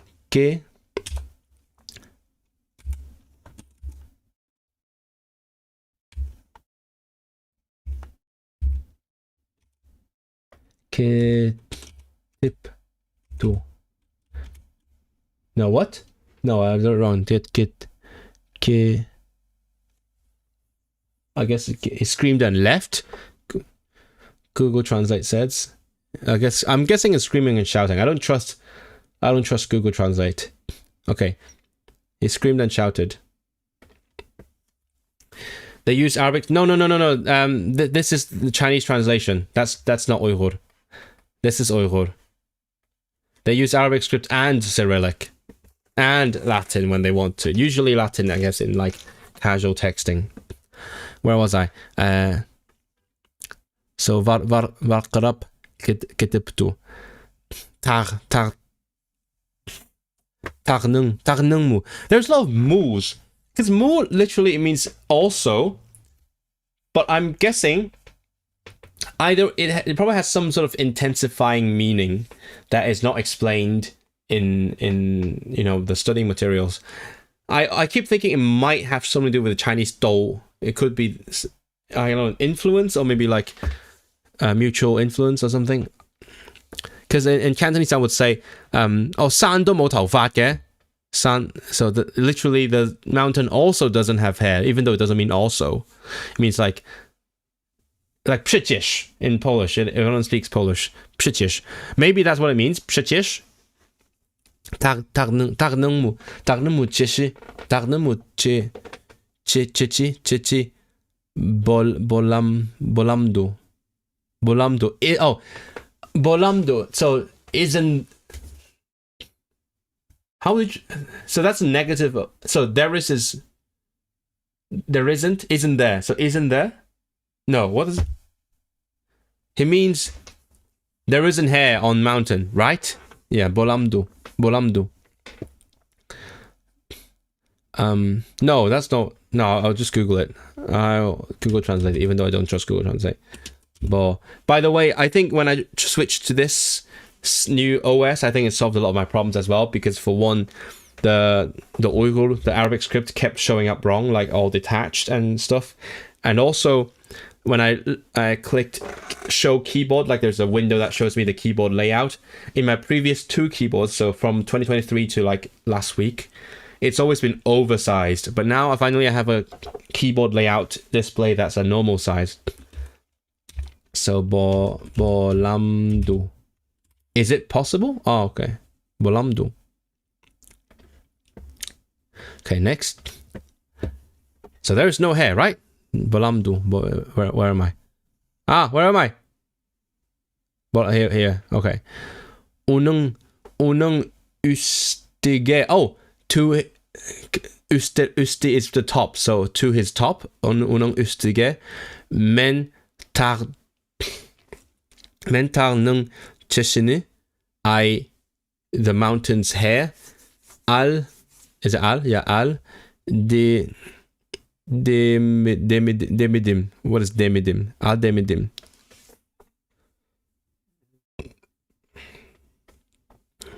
Oh, I didn't say. Okay, I didn't tell you to shave the mountain.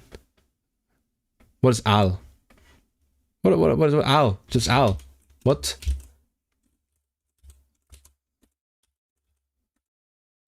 Wait, where's the hamza on this keyboard? Okay. Al. Oh, I didn't tell you to get the hair. Al demidim. Al is the imperative. So I didn't say get the hair. That's what he's saying. So men tarnung cheshini al demidim. I didn't say get the mountain's hair. Sine tarka. There's a lot of cases. This is showing all the cases in this paragraph, because there's tar is the mountain, tarne the accusative, tarka to the mountain, tarnung of the mountain, tarka chukup go to the mountain, I guess. Tarka chukup. Is it tarka chukup? Yeah, tarka chukup go to the mountain. Otun kisip. Oh, wait, no, I do know this word. Kiss, it means like cut, right? Kiss. I know it from Turkish, I think. Kisip gel. So go. No. Tarka chukup. So go out to the mountains and then go cutting wood. So otun kesip gel dedim. I said go to cutting wood.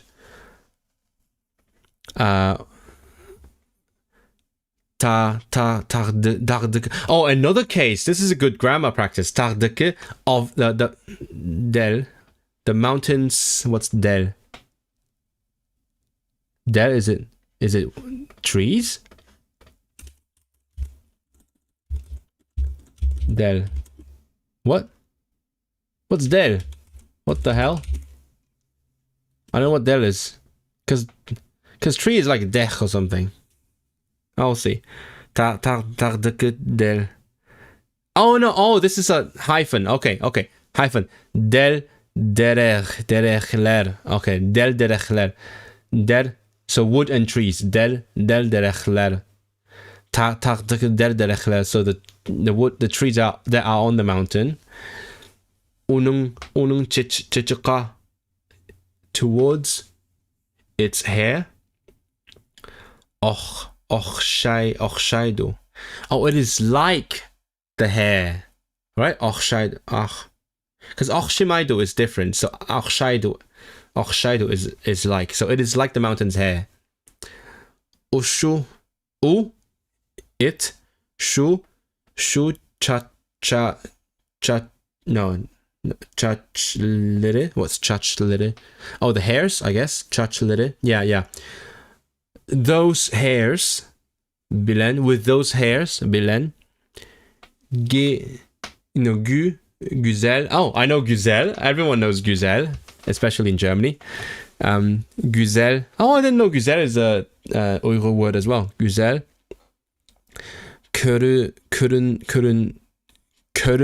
Oh, because kör is to see, so körün is to make it look beautiful. Körünidu.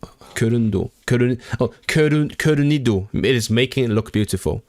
So şu çaçları. No, wait, no.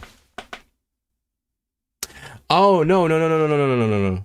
No, körünidu is to look, to appear. Yeah, no, that's not causative, that is passive. So the mountain, it, şu çaçları bilen, with these hairs, güzel görünüyor. It looks beautiful. Otun, wood, otun derech, the trees, otun derech, kesiş, cutting the trees. Onun çiçini, its hair, elivet kenge.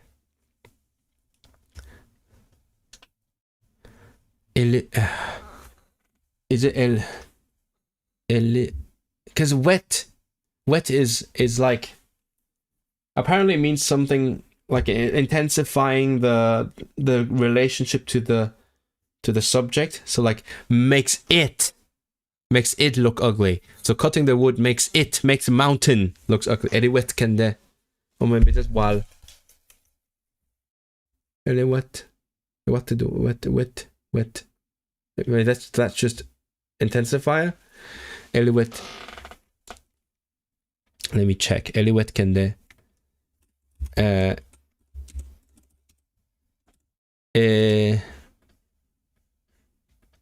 What's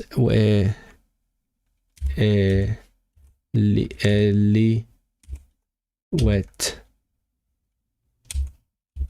can get removed. Wait, what? Remove. Okay, it means remove apparently. So derech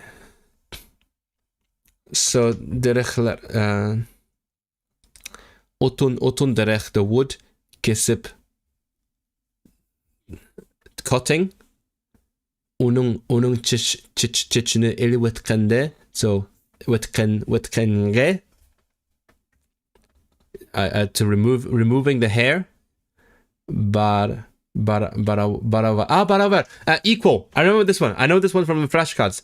Baraver. Equal. So So that's what it's saying is cutting the wood is equal to removing its hair. Bundak.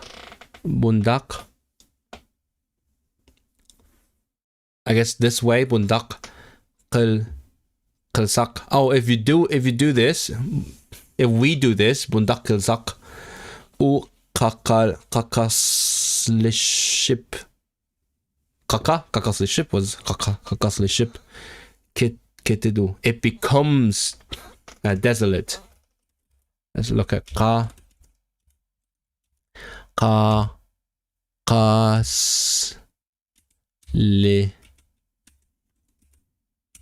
ship. No, qaqasliship.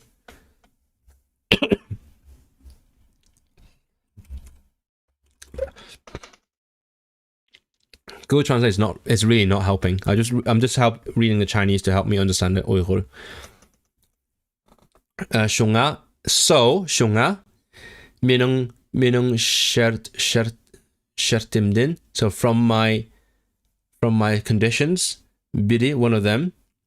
Taqa chukup, to go to the mountain. What's chukup? I know chukup is some sort of motion, but I'm not sure which motion. Let me check which motion it is.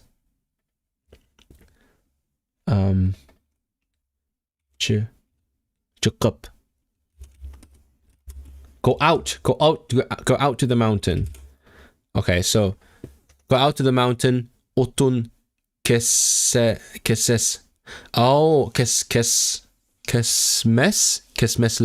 Cut. I guess cutting. Kesmeslik idi. Okay. So one of my conditions is I cannot go out to the mountain and cut the wood. My munung temkinlik. What's temkinlik?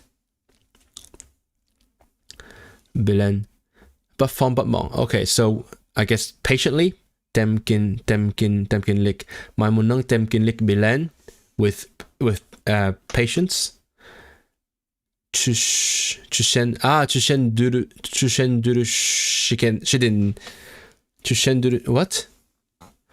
Chushen duru shidin.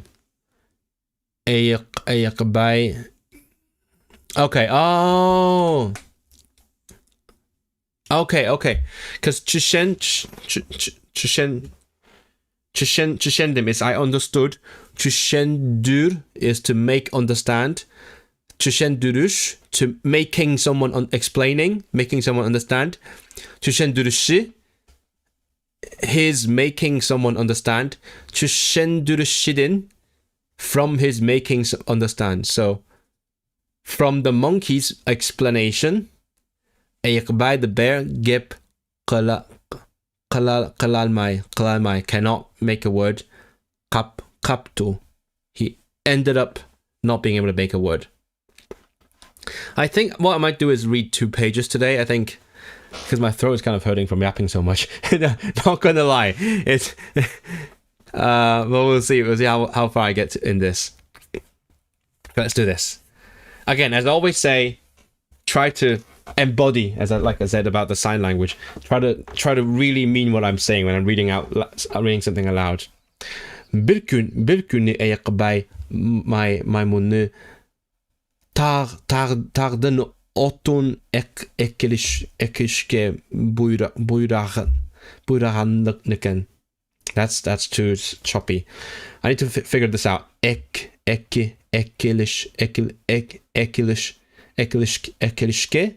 So getting the wood. Ekilishke buyrahanlıkken. Okay, again. Bir günü ekbay maymunu tagden otun ekilişke buyrahanlıkken. Maymun begim menslige tagның çeşini çüşürelmeymen. I cannot remove the hair. I cannot shave the mountain's hair. Begüm menslige tagның çeşini çeşini çüşelemeymen. Degenedim o. Didn't I tell you, right? Yeah, it means didn't I tell you? Dedim. Oh, degen saying nedim. I was saying. Wasn't I saying? Degenedim mu? No, degen. No, was I saying? Was I saying? Degenedim mu? Degenedim mu? Degenedim mu? Was I saying? Deptu. Eyak by açıklap ek by açıklap kaykırap ketiptu. That's too much. No, but no, it's not kai. There's varkırap. Var. I need a mnemonic for varkırap. Vark. I feel like there's some language where vark is like what? Do I know a language like this? Yeah, there we go. Oh my god, I'm a fucking genius, guys. I was like, isn't there a language where vark is like a some sort of growl? And then I looked it up. And yes, in Polish, warknąć means to growl. Perfect mnemonic right there. And it is like oh my goodness, I'm a fucking genius. I actually know my Polish so well. Warknąć, yeah, it means to growl in Polish. I just didn't remember that was Polish. I was like, yeah, there's some language where that means that. Polyglot feels. Okay, so that's my mnemonic. So varkalap. What if it's connected? Is it connected? No, not connected. Varkalap. Ketiptu. Okay, again. Açıklap. Yeah. I got angry. Açıklap varkırap ketiptu. Tağnım mu çeşi bolamdu. What is bolam? Isn't there? Is there? Bolam tağnım mu çeşi bolamdu. Is there hair on the mountain? Unun üstige towards the mountains top. Unun üstige men tağnım men. I said men tağnım çeşini al demedim. I wasn't saying demedim. I wasn't saying go cut the hair from the mountain. So again. Oh no. Oh no, that doesn't mean the mountain's top. It means that on top of that. Yeah. Okay, on top of that. Üstige. On top of that. Üstige. Men tağnın çeçini al demedim. Seni taqa çıkıp otun kesip kel dedim. I know nothing about Polish. Sometimes aardvark. Yeah, that makes sense too as well. Aardvark is that the weird animal, right? Yeah. I don't know why. I just usually the first thing that comes to mind would be the best mnemonic because it came to mind, so you're really familiar with it. I miss reading Polish. I really want to. I've said it so many times, but I really want to finish that fucking French book so that I can move on to the Polish book. Well, I guess I have to read Swedish now, but I don't have a Swedish book, so. Can someone recommend a Swedish book? I don't know. Okay, again. Okay. I didn't say on top of that. No, I say the whole speech. Does the mountain have hair? On top of that, I didn't tell you to cut hair from the mountain. I told you to get wood from the mountain. Okay, let's do this. Tağnım çeşi bolamdu. Unun üstelge. Men tağnın çeçini al demedim. Seni taqa çıkıp otun kesip gel dedim. I didn't say get get hair from mountain. I said get wood from mountain. So and then the monkey tağdaki del derekler Unung chichika shaidu. The trees is like the mountain's hair. Ta del derechler unung chichika shaidu. U shu çaçları şu çaçları bilen güzel görünüyordu. With this hair it looks beautiful. O şu çaçları bilen güzel görünüyordu. Otun derek the wood. Otun derek kesiş. Cutting the wood. Otun derek kesiş. Onun çaçını elivetkenge baravel. Yeah. So cutting the tree is equal to cutting the hair. Otun derek kesiş. Otun derek kesiş. Onun çaçını elivetkenge baravel. I think I get why it's wet now, because wet is like doing it towards it. So it's equal to me doing this, cutting your hair for you. I do this to you. I did that to the mountain. Elivetkenge baravel. Bundak kılsak. If we do this, bundak kılsak. O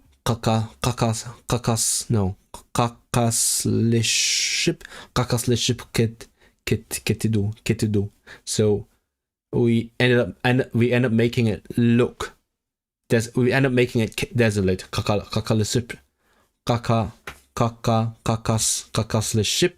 Kakasleşip ketidu. Şunga minun şertimden biri. One of my conditions, menung şertimden biri tahka çıkıp otun kesmeslik idi. One of my conditions is what's I'm gonna look up kesmeslik. Kesmeslik. No, what? No. Is it kesmeslik? Kesmeslik. Oh, not to cut. So cut. I guess kesme. Don't cut. Kesmeslik. Not to cut. So one of my conditions is not to cut. That one word means not to cut. Okay. Şunga. Minun şirtimden biri tahka çıkıp otun kesmeslik idi. Maymunun temkinlik. What's temkinlik? Temkinlik. Patience. Temkinlik bilen. Düşündürüşidin. Okay. Maymunun temkinlik bilen düşündürüşidin. İqbay gep kılalmay kaptu. He became unable to say a word. Okay, another page. How long is this thing? Oh, this is way too long. One day I'm going to read the whole thing, but, as for now, I'm going to read another page, because I'm a bit tired now, and I'll read some French after this.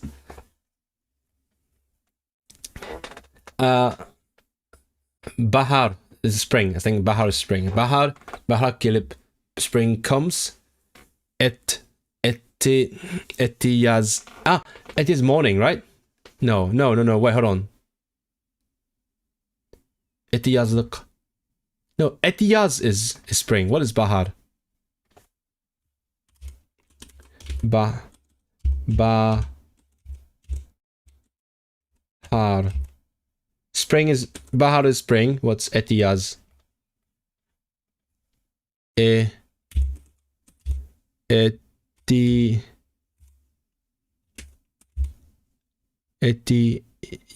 Etiyaz. Wait, Etiaz is also spring? Bahar and Etiaz are both spring? What the heck? Okay, sure. They have 2 words for spring. Bahar. Bahar gelip, spring comes. Etiaz look. The spring. Children's books are often more complex. I think this is fine. This is like plenty of repetition and like the same word, same noun and verbs in different contexts. I think that's good. And then like monkey keeps saying the same thing. I mean, I know the plot already. I can imagine what's going to happen. Every time the bear's going to say, do this, do that, I know the monkey has some weird convoluted excuse to say, I can't do this. It was in my conditions, and bam. That's going to be the whole story. And then the bear's going to kill him or something. I'm quite certain. So like, it's going to be quite repetitive. I'm sure. Like it's the second time already. The second time this happens, bear says something, monkey says I can't do it. So that it's starting to drill into my head. The same words like shirk. Not shirka. Shirka is a company. Shert. Yeah, shert is a condition. This sounds like a very environmentally conscious story. I mean, he's just lazy. He's not environmentally conscious, but sure. Must be summer. It means spring as well, because Etiaz spring look would be like the spring break, for example, spring something. Etiaz look, this offspring. So Etiaz look, the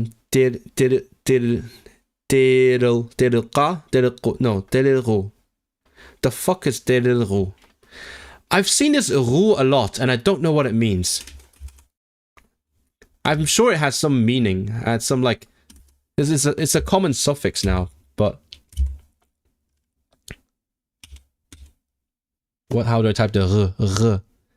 The r is. Oh, I can resize this on-screen keyboard, so it's not stuck in like big or small. That's perfect. Ah, that's one. Oh. Because deril is sowing, like farming, sowing. Ru. What is ru? I need to figure this out. A suffix of I'm on the dictionary now. I'm too lazy to switch windows to show you, but the dictionary says a suffix of emphasis. Okay. Emphasis. So many emphasis. So the spring, not just the spring sowing, but the spring sowing, like emphasis. Etiaz look diriru bashliptu. Yeah, I know this word to begin. To began. Bashliptu. For some reason, because from the stuff that I've been taught, at least from the stuff I understand from Turkish and grammar, like I think the past tense would be bashlid. Or Bashlid. Yeah, I think Bashlid. Or something along those lines. Bashlidu, maybe. One of those. But for some reason, this book keeps using this weird tense I don't understand. Bashliniptu. Because Bashlinip would be like beginning to. It would be was. So it was beginning, I guess. It was beginning. But like, it keeps using this tense, and it just doesn't make sense logically in my head. Like I wouldn't say, oh, yesterday I was eating lunch and I was seeing my friend, and then my friend was saying this, and then we were paying. That doesn't make sense to me. It can't be all continuous, right? Erbij Maimunra is the bear said to the monkey, hey, oh, that's just hey Maimun, hey monkey, hey Maimun, mang. Oh mang is go. Yeah. Is it? No, I've seen this word somewhere. Mang.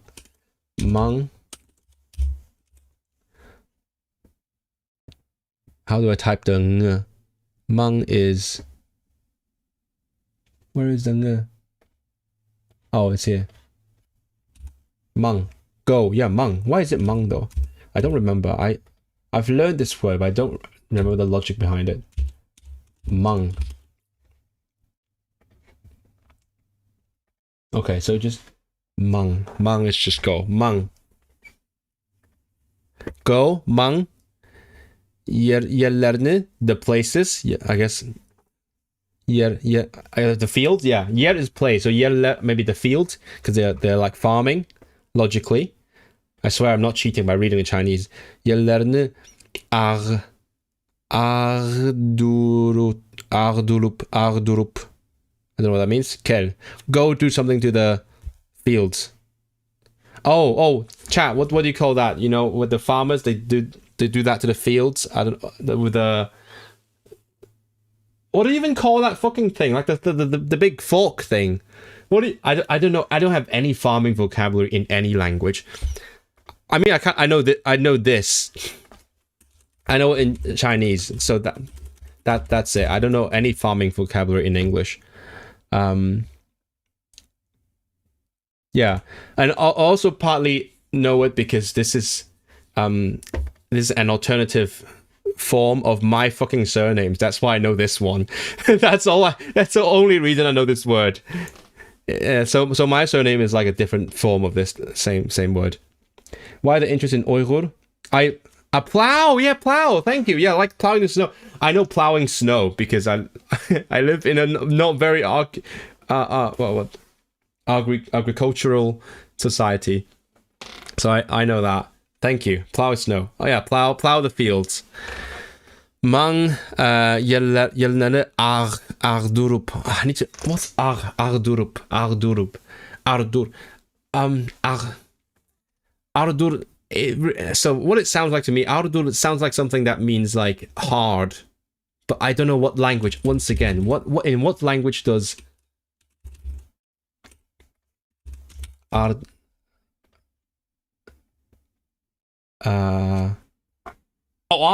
like English ardor. Yeah. Oh, intense heat. Okay. Am I thinking? Yeah, maybe that's why I'm thinking English. Warmth, favor, passion. Okay, so you plow it with passion. Ardurup. That's my. Not that I want to remember how to say plow. I just thought about the word. Ardurup kel. Bu ishtira. Ishte. Why is it ishte? Ish is work. Why is it ishte? Ish.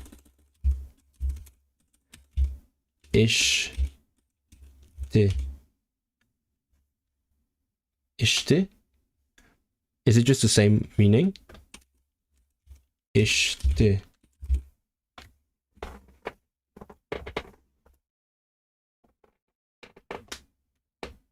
Dictionary is not computing.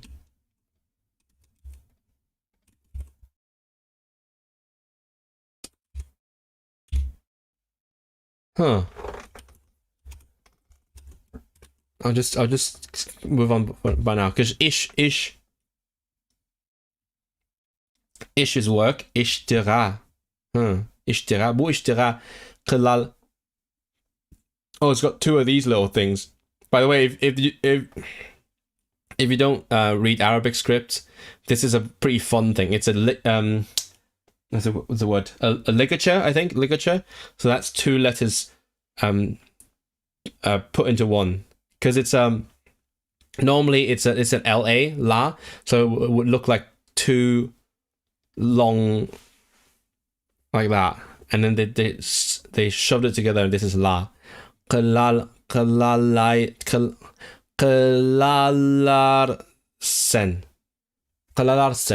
Oh wait, that's the aorist in Turkish.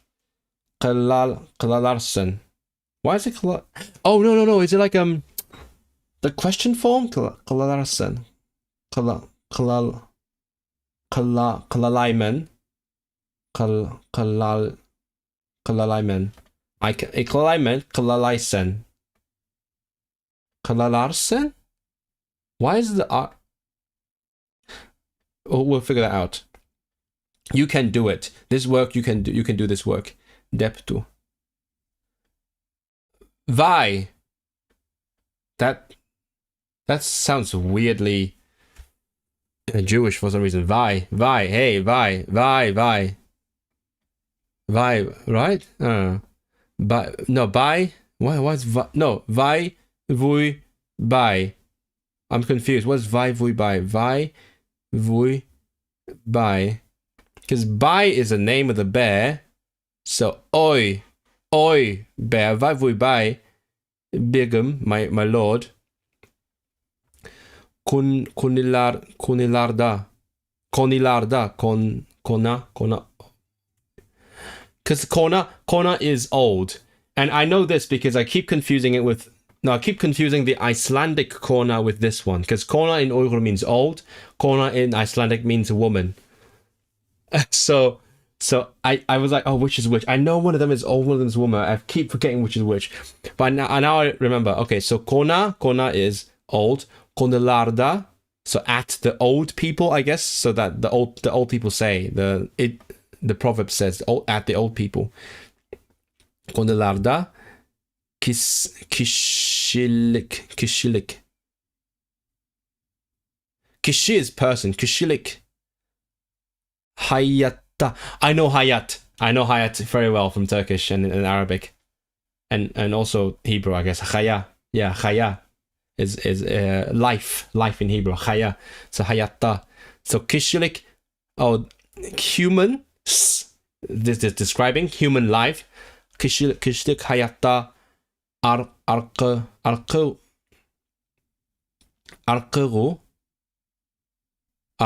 Again, arkıra. Sorry, not hu. Arkıra. It means go back. Arkıra. Go back.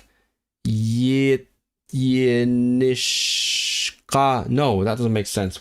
Okay, I'm gonna check it on the dictionary. Arkıra. Arkıra.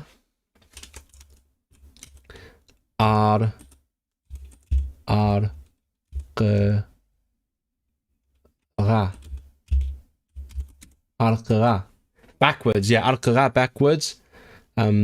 Yenişka.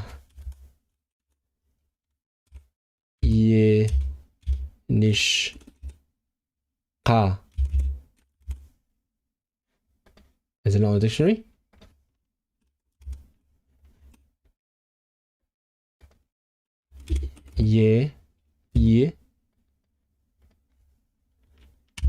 Oh, I might have mistyped it. Nishqa. No, not in the dictionary. Yenishqa. No, I typed yebishqa. Fuck. Yenishqa. Yenish means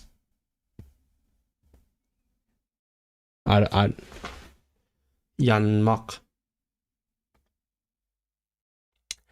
Oh, it's a verb. It's a gerund. Going. Oh, bro, I know why you're thinking that. I know. I totally get the logic, but it's not. You're thinking yeni. You're thinking Turkish yeni, right? It's new in Uyghur is yenge with the yenge. But thank you for the suggestion. So yin, because apparently it's from yanmak, which means to go back. Yanmak. I found it in the dictionary. So yeah. So this is the gerund yanash, I guess. Yenish. I'm one of them. Yenishqa. So going back.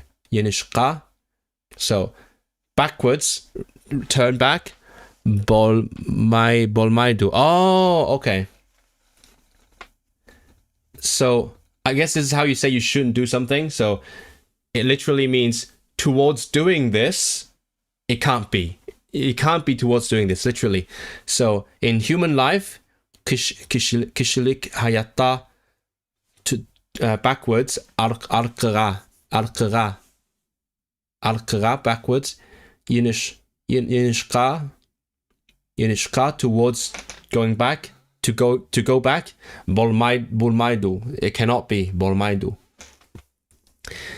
Diggen, gep bar.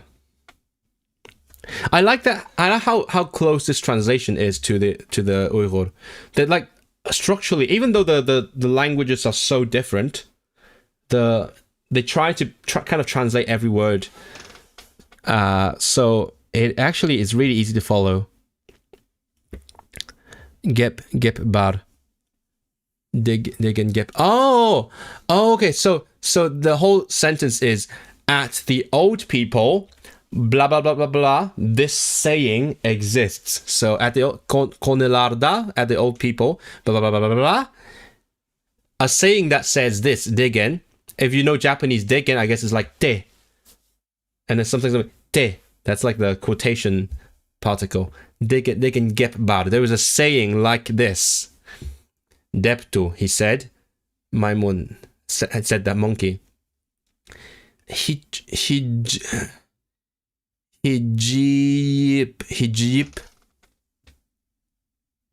What's hijib?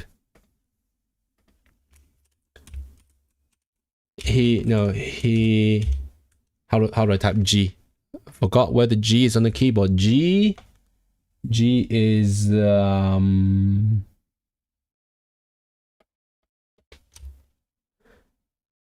it's on the J or the K. K. No, that's not the one, right one. Where is it?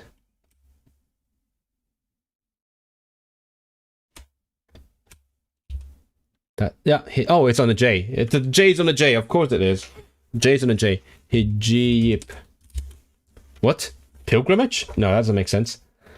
Oh, I guess it's referring to going back and forth. Hijib.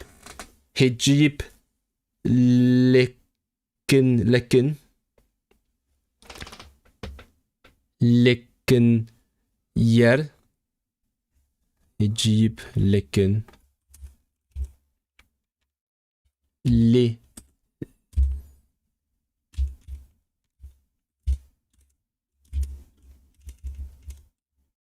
What's licken? Oh, licken is. Oh, right. There's a new part of the sentence. Hijib. No, I don't know what hijib means. Can I look for it in the dictionary? And now that I can type, I'm also practicing how to type right now. Hijib. Yip. No.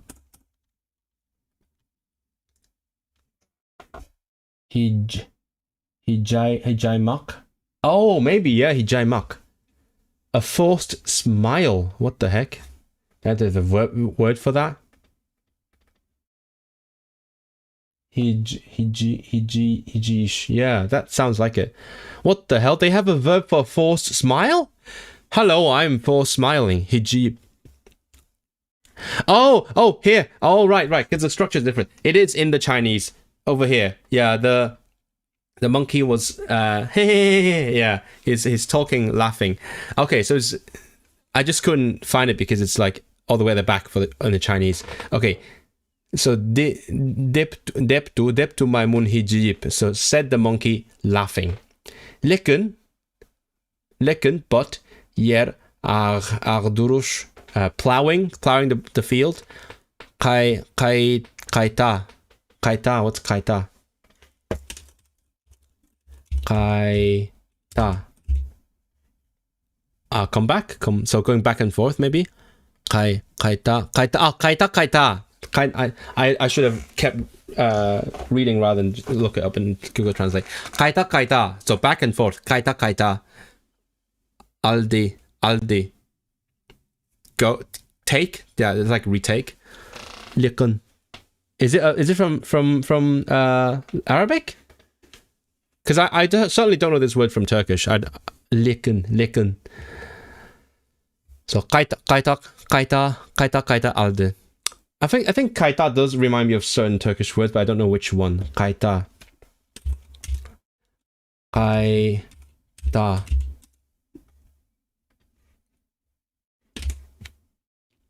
My Turkish is extremely passive. Like, I understand some Turkish, but I can't speak any. It's on my secret menu. If you were here when I was talking about the languages, the list of languages, Turkish is somewhere on my secret menu. Like, if I can understand some of it, I can engage in some sort of interaction in Turkish, but I can't do it.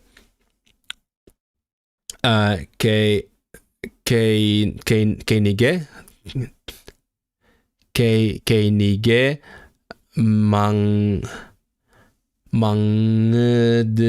mangederan iş. Kaita aldı What's Kenige? I think that's how the hyphen works in Uyghur, because this looks like I don't know how well we can see it on with my cursor, but yeah, this one looks like an M dash, because there's like a whole space before and after. But I think this is one word with a hyphen in the middle despite the space, and then this one is one word with a hyphen in the middle despite the space. I think that's how it works. I'm learning a lot about the punctuation as well. Licken means but? That's crazy. Is that like the entire fucking region where it means but? That's, whoa, mind blown. Okay. Okay, so I'm going to look alde ke nige. I'm going to look up in the Lorette. Thank God there is one online dictionary for Uyghur that is pretty good. Alde ke. Oh, found it in the suggestions. Yay. What? I think it also means again and again. What? Yeah, okay. So, kaida again and again. Alde kenige back and forth, I suppose. Yeah, maybe. So some sort of synonyms along those lines. Mangadaran. Going, mangadaran ish. It's a work that goes back and forth again and again. Til the contract. To the contract. Karap. What's karap? What's karap? To watch for a short time. Take a look. Means take a look. I didn't know this word. Karap. Take a look. Not just look, but take a brief look. Karap. Bak sila. Wait, no, but also bak is also look, because I know bak. So like, take a brief look and look at it, right? Something. How does this? Why is it? Why is there so much redundancy? Karap bak sila. If you take a look at the contract. Or maybe like karap is just like short briefly. I'm going to look at examples in the dictionary. Bununga karap turup. Okay, so karap means briefly, maybe. I think karap just means briefly. So let's do that again. So to the contract, karap briefly, baksela if you look, arkamga.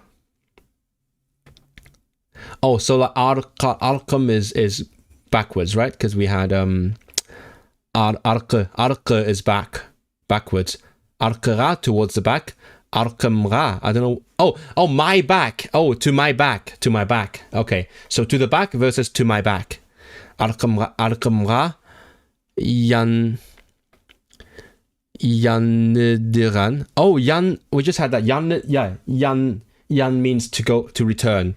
So earlier we had Yenish. Now we have Yandiran. It's the same word. Yandiran. Ishne. So work where I go towards my back. Qalal my man. I cannot do work where I go towards my back. Ayakbar achukten. Wait, achuk. Is that a noun? From anger, maybe? Achuk. Let's look at this. Look it up. Achuk. Bitter, spicy. I know this as an adjective. Maybe it has a noun as well. Oh, yeah, I found it. Okay, achuk can mean anger. So, from anger, the bear, from anger, where am I?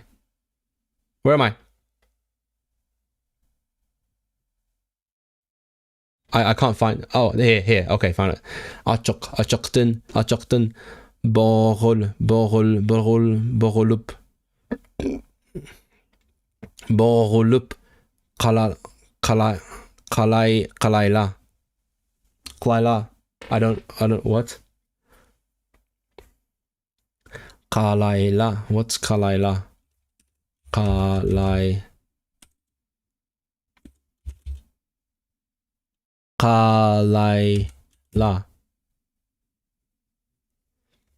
I don't understand. Okay, let's borolup.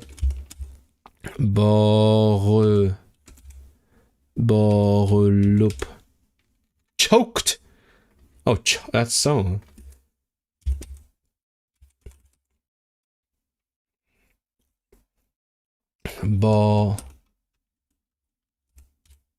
Borulmak. To be bound, to be blocked, to suffocate. Okay, yeah, that's pretty kinky. Okay, so borulup, so something to do with like suffocation. So from the anger, he suffocated Kalayla. It became suffocated. Kalayla. Dep kaptu. What's it mean? Dep kaptu. Dep kaptu. He said he cup. What's cup? Let me look up. Is it cup? Yeah, it's cup. So cup. Two.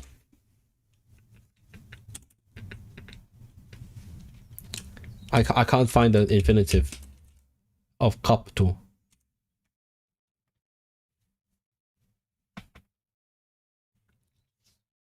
I'll find it afterwards. Oh.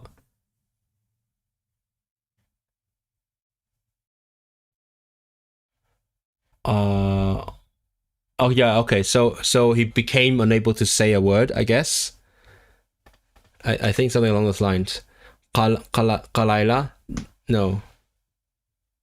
I'll no, Dep saying this kaptu. Licken again, licken, but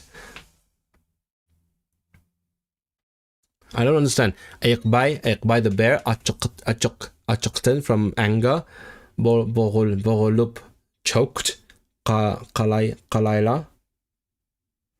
I'll try looking up the entire phrase. Borolup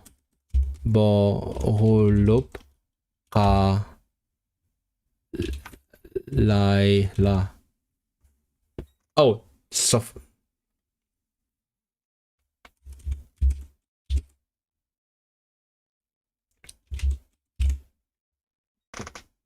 Oh no, I'll move on. Licken une depmo. But depmo, even despite saying that, that depmo. So yeah, this one actually it works very well with like Chinese brain, because mu meaning also, but like in Chinese it could mean like despite. Like it's also saying that, or despite saying that, depmo, so saying that, despite saying that, bunu depmo, une depmo, saying that, saying this, I'm starting to suspect that this is translated from the Chinese, because like the Chinese is very idiomatic. A lot of things like, oh, I say this and say that. I don't know how natural the Uyghur is. I don't know how much Uyghur is influenced by Chinese like phrasing, but a lot of this stuff matches a bit too well. It matches too closely to the Chinese saying, like, literally this is like talk here and talk there, and the Uyghur says having said this and having said that, having said that and having said this. Maybe just coincidence, or maybe like it's how they phrase it. Maybe it's influence. I don't know. Yenila.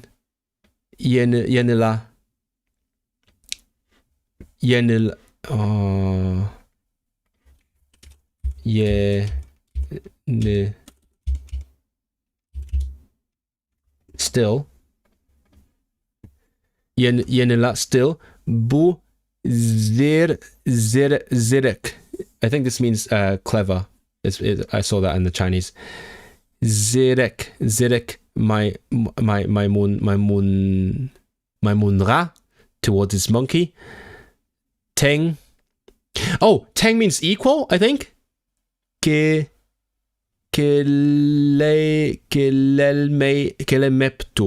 He couldn't get even to this clever monkey, right? Teng. He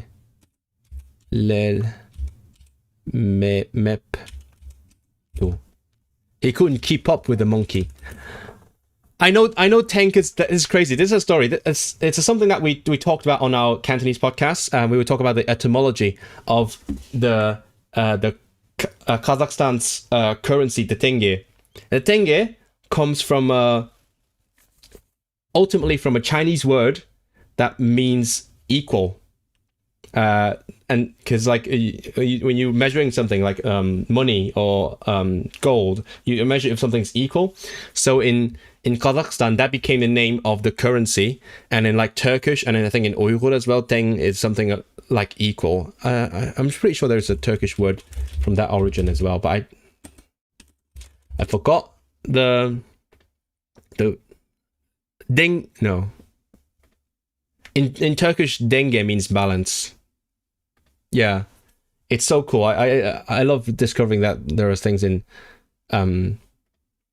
other languages, in European and Central Asian languages that come from Chinese. I'll talk more about that later because I have another one that I can share. Okay, I'm going to read some chat because I feel like I've missed a lot from reading. This is completely unrelated, but the art style of the book is really nice. Yeah, that's part of why I asked him to buy this series of book for me, because as much as I shouldn't, I do actually like judging a book by its, not the cover, partly the cover, but also the art style, because like it gives me more motivation to read it when it looks nice, right? The watercolor illustrations, yeah. Kind of miss when hand-drawn illustrations were more common. Nowadays it's all AI slop. That's why I love Antiquariat so much. You find all sorts of interesting books, yeah. Pre-advanced vocabulary for a children's book. I think for children's book, yeah, I think Michelle was right there. There is misconception that children's book would be really easy. I think when people say learn a language by reading children's books, they mean read a reader book that's meant for languages, because reader books are written using words that a learner would be aware of, which, for example, high frequency words and so on. Whereas children's books are written with words that children would be aware of, and those two do not necessarily match up. Because when you talk to your kid, yeah, you use pretty simple vocabulary, but you also cover a lot of bases. You cover a lot of topics in your daily life. In like when you are at home discussing certain topics with the little kid, talk about farmers. Oh, what does Mr. Farmer do? What does Mr. Fireman do? And you actually, there is a weird amount of advanced vocabulary that is in children's vocabulary that people don't expect. So, and nothing wrong with that. Like I'm learning farming vocabulary. That's fine. I don't mind. I'm not going to remember it, but I'm learning something. I'm more focused on the structure and understanding the grammar of it. But yes, when people say, learn from children's book, it doesn't necessarily work as well as they expect when they say that. Sorry sounds like one of the Chinese legends about a deceptive monkey. Maybe that is a Chinese story. I should know this, but I don't. I should know this. I feel like the style of like this fable, it feels very familiar, very at home with like Chinese. Actually, not necessarily. More like Aesop's fables as well. Classic fable kind of story. Not Monkey King. Definitely not Monkey King. Tengrism, also shamanic region. Yeah, I think Tengrism comes from that one. Denk. Let me check. Yeah, exactly. Thank you. Yeah, Denk. So Denk means equal. It's so cool. When I realize the connections between Chinese languages and the outside world, not necessarily words from Chinese into like Central Asia and beyond, but like the other way as well. Like when we realize our word for honey is the same word as all the European languages, like male, because in Cantonese you say mat. And it's from the European languages, the Indo-European languages. It came through like the Silk Road and etc. etc. And no, actually way before that. And then you have deng and denk in Turkish, teng in Uyghur, because lots of voiced stops become unvoiced in Uyghur. That's from dang, which is equal. And then you've got the You've got the Estonian word for station. It's yam it's yam. And it's from Mongolian, and then which ultimately came from Chinese as well. And in Cantonese, that is zam. And it's really fun. It sounds so similar. And I love it. Like, oh my god, yeah, it's not completely isolated. Because all the time we learn, when we learn about when we learn about the world, we learn about European languages, we learn about East Asian languages, and not many people care about what's in between. There's a huge vast of different countries and cultures and languages, different families, all in the middle between East Asia and Europe. And then it's just such a shame that we don't think about them as much, because there's so many interesting connections between the two ends. It's all like a spectrum, you know, there's the ancient trade routes and the cultural influences, different religions. Amazing. I love that. So sorry about the rant. What was I saying? Let's go back. I'm going to read. I think I'm done reading this, right? Yeah. So I'm going to read the 2 pages again and then call it a day. Good idea.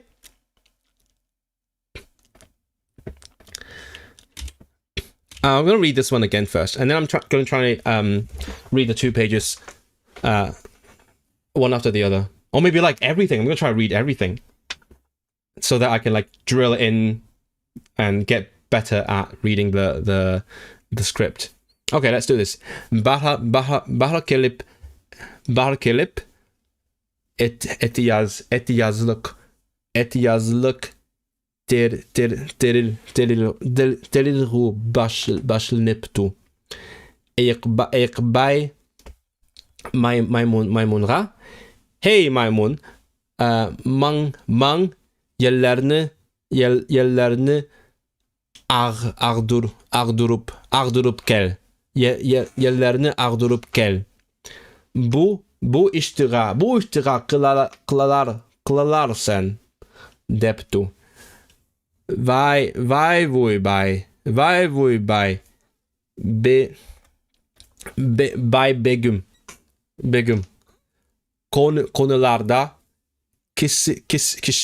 kişilik hayatta arkaya yenişka bolmaydı. Degen gep bar. Deptu maymun hiciyip.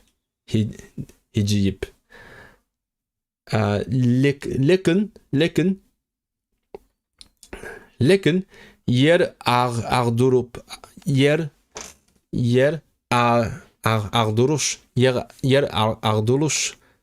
kayta aldı keydige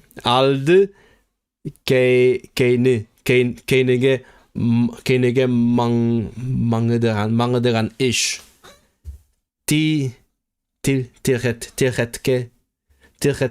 tiretke karap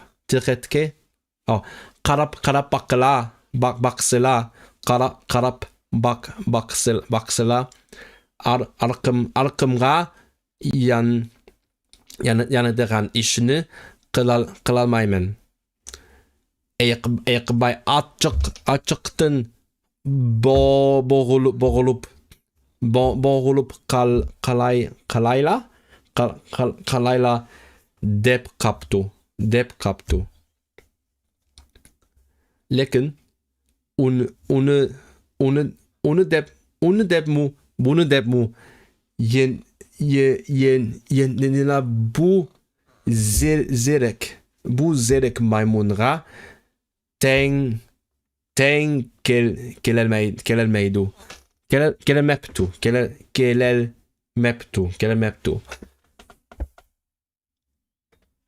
So there's a similar story that originated from India. I mean, as sure as the story, I'm sure it's pretty.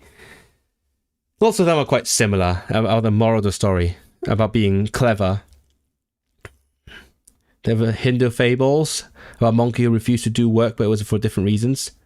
I mean, sounds like this one. A monkey that... It's always a clever monkey that refuses to do stuff, right? Okay.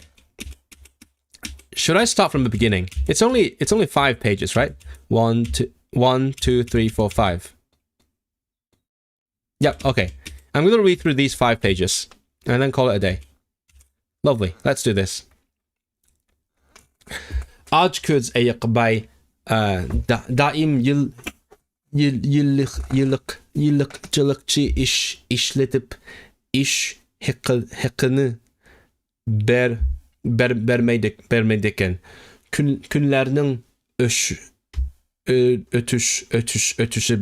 günlerinin ötüşü bilen onunla işlediğinler çıkmaptı. Bir günü ayakbay közüge yavaş görünüdüğün maymununu izlep bereptu. I'm starting to get a better feel for the tenses now. I feel like I can't explain why, but it kind of makes sense to me now. I don't know why. Better meydiken. Benim beş şartım var. Şununla künstleri işlep birey.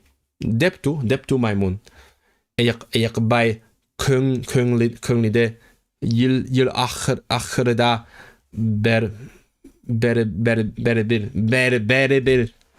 berebil onu mu yorga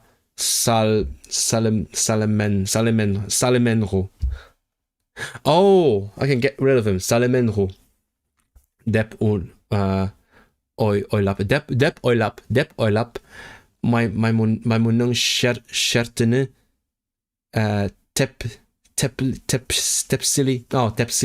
tepsili anlamayla makul bolup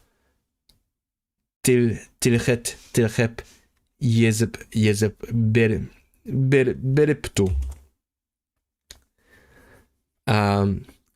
Maymun işqa çüşken tunci günü maymun işqa çüşken tunci günü ekbay onu kölün su eklip ilişini toşkozuşunu buyraptu. Begim bu işini kılalmaymen deptu maymun.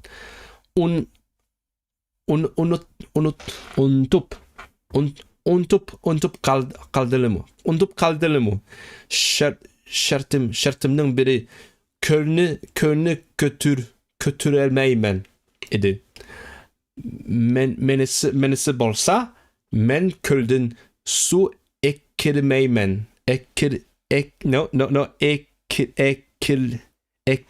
Ekilemeymen. Su ekilemeymen. Deginlik. Bu gepni anlaran ayakbay maymunun şartlarını estay değil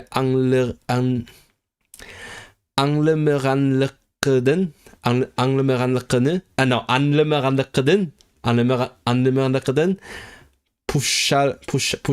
puşayman kaptu. Bir günü ayakbay maymunu tağdın o otun ekilişke buyruğan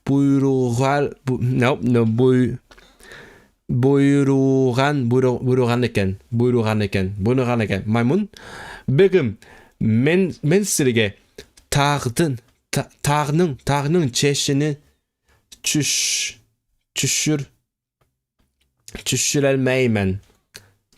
çüşürelmeymen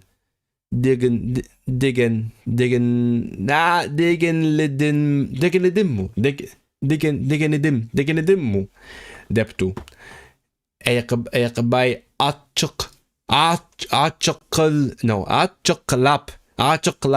varklap keteptu. Tağ Tağ mı çeşi bar bolamdu. Onun üstüne, okay. Tağ mı çeşi bolamdu. Onun üstüne men tağının çeşini al demedim. Senin tahta çıkıp otun kesip gel dedim. Tağdaki del derekler onun çeşire okşaydı. O şu çaçları o şu çaçları bilen güzel görünüyordu.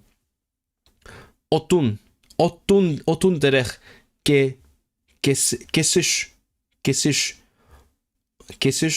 onun çeçini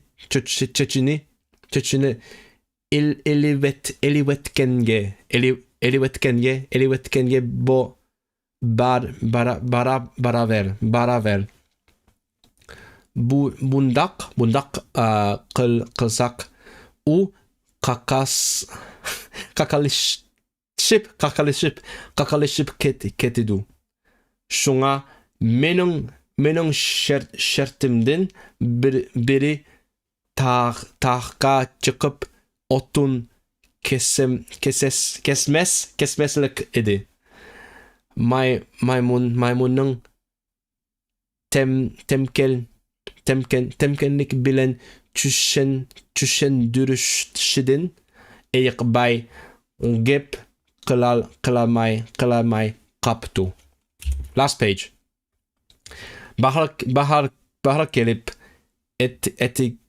eti yazlık yer no what? Yeril ya teril başlanıp eyik bay maymunra. Hey maymun, man yerlerini ardurup gel. Bu iştira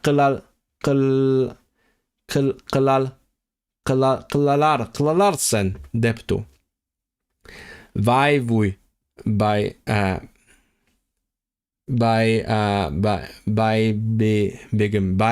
begim konularda kişilik hayatta arkıga yenişka bolmaydı degen gep bar deptu maymun hicip lakin yer ağduruş kayta aldı keynige mangıdıran iş. Tilret karap baksıla arkamga yanıgan iş ne kılalmaymen. Eyik bay açıktın boğulup kalayla dep kaptu. Lakin bunu dep mu yenila bu zerek maymunra ten kelmem no what kelel meptu. Oh my god, that's still so hard. I'm gonna like take some free time and read through it a couple more times so that it becomes smoother. And I think that will be it. Oh my goodness. Oh, I don't know who else would be interested in like watching me go through this. I wouldn't watch this, but I'm glad you guys are here with me. So as I said, this is that's gonna be my last Uyghur stream for a little while. I mean, I will return to this. Don't worry. If you enjoy this for whatever reason, I think what I will do is over the next few months, I will try to find some personal time to go through some flashcards, actually read the textbook, maybe not on stream, because reading it on stream was a bit boring. So I'll read the textbook off stream at some point in the next few months, maybe after Iceland. And from next stream onwards, I'm going to focus on Swedish. Hopefully get it to a really nice level so that I can go and blend in with all the Vikings that speak, som pratar svenska jättebra, som modersmål. Jag måste kunna prata svenska. I'm thinking Welsh again. No, don't think in Welsh. Liksom, I can't. What is it? As fast as. Så bra som dom pratar. I need to speak Swedish as well as the natives do. So when we go and learn some Icelandic through Swedish together. So I'll use this week to brainstorm some things to do. Oh my god, it took me like a full hour to read the last few pages. Thank you for joining me today. I hope you had a good time, maybe. And I'll watch my video. Watch the new one. Watch it. If you have, watch it again. I'll see you in the next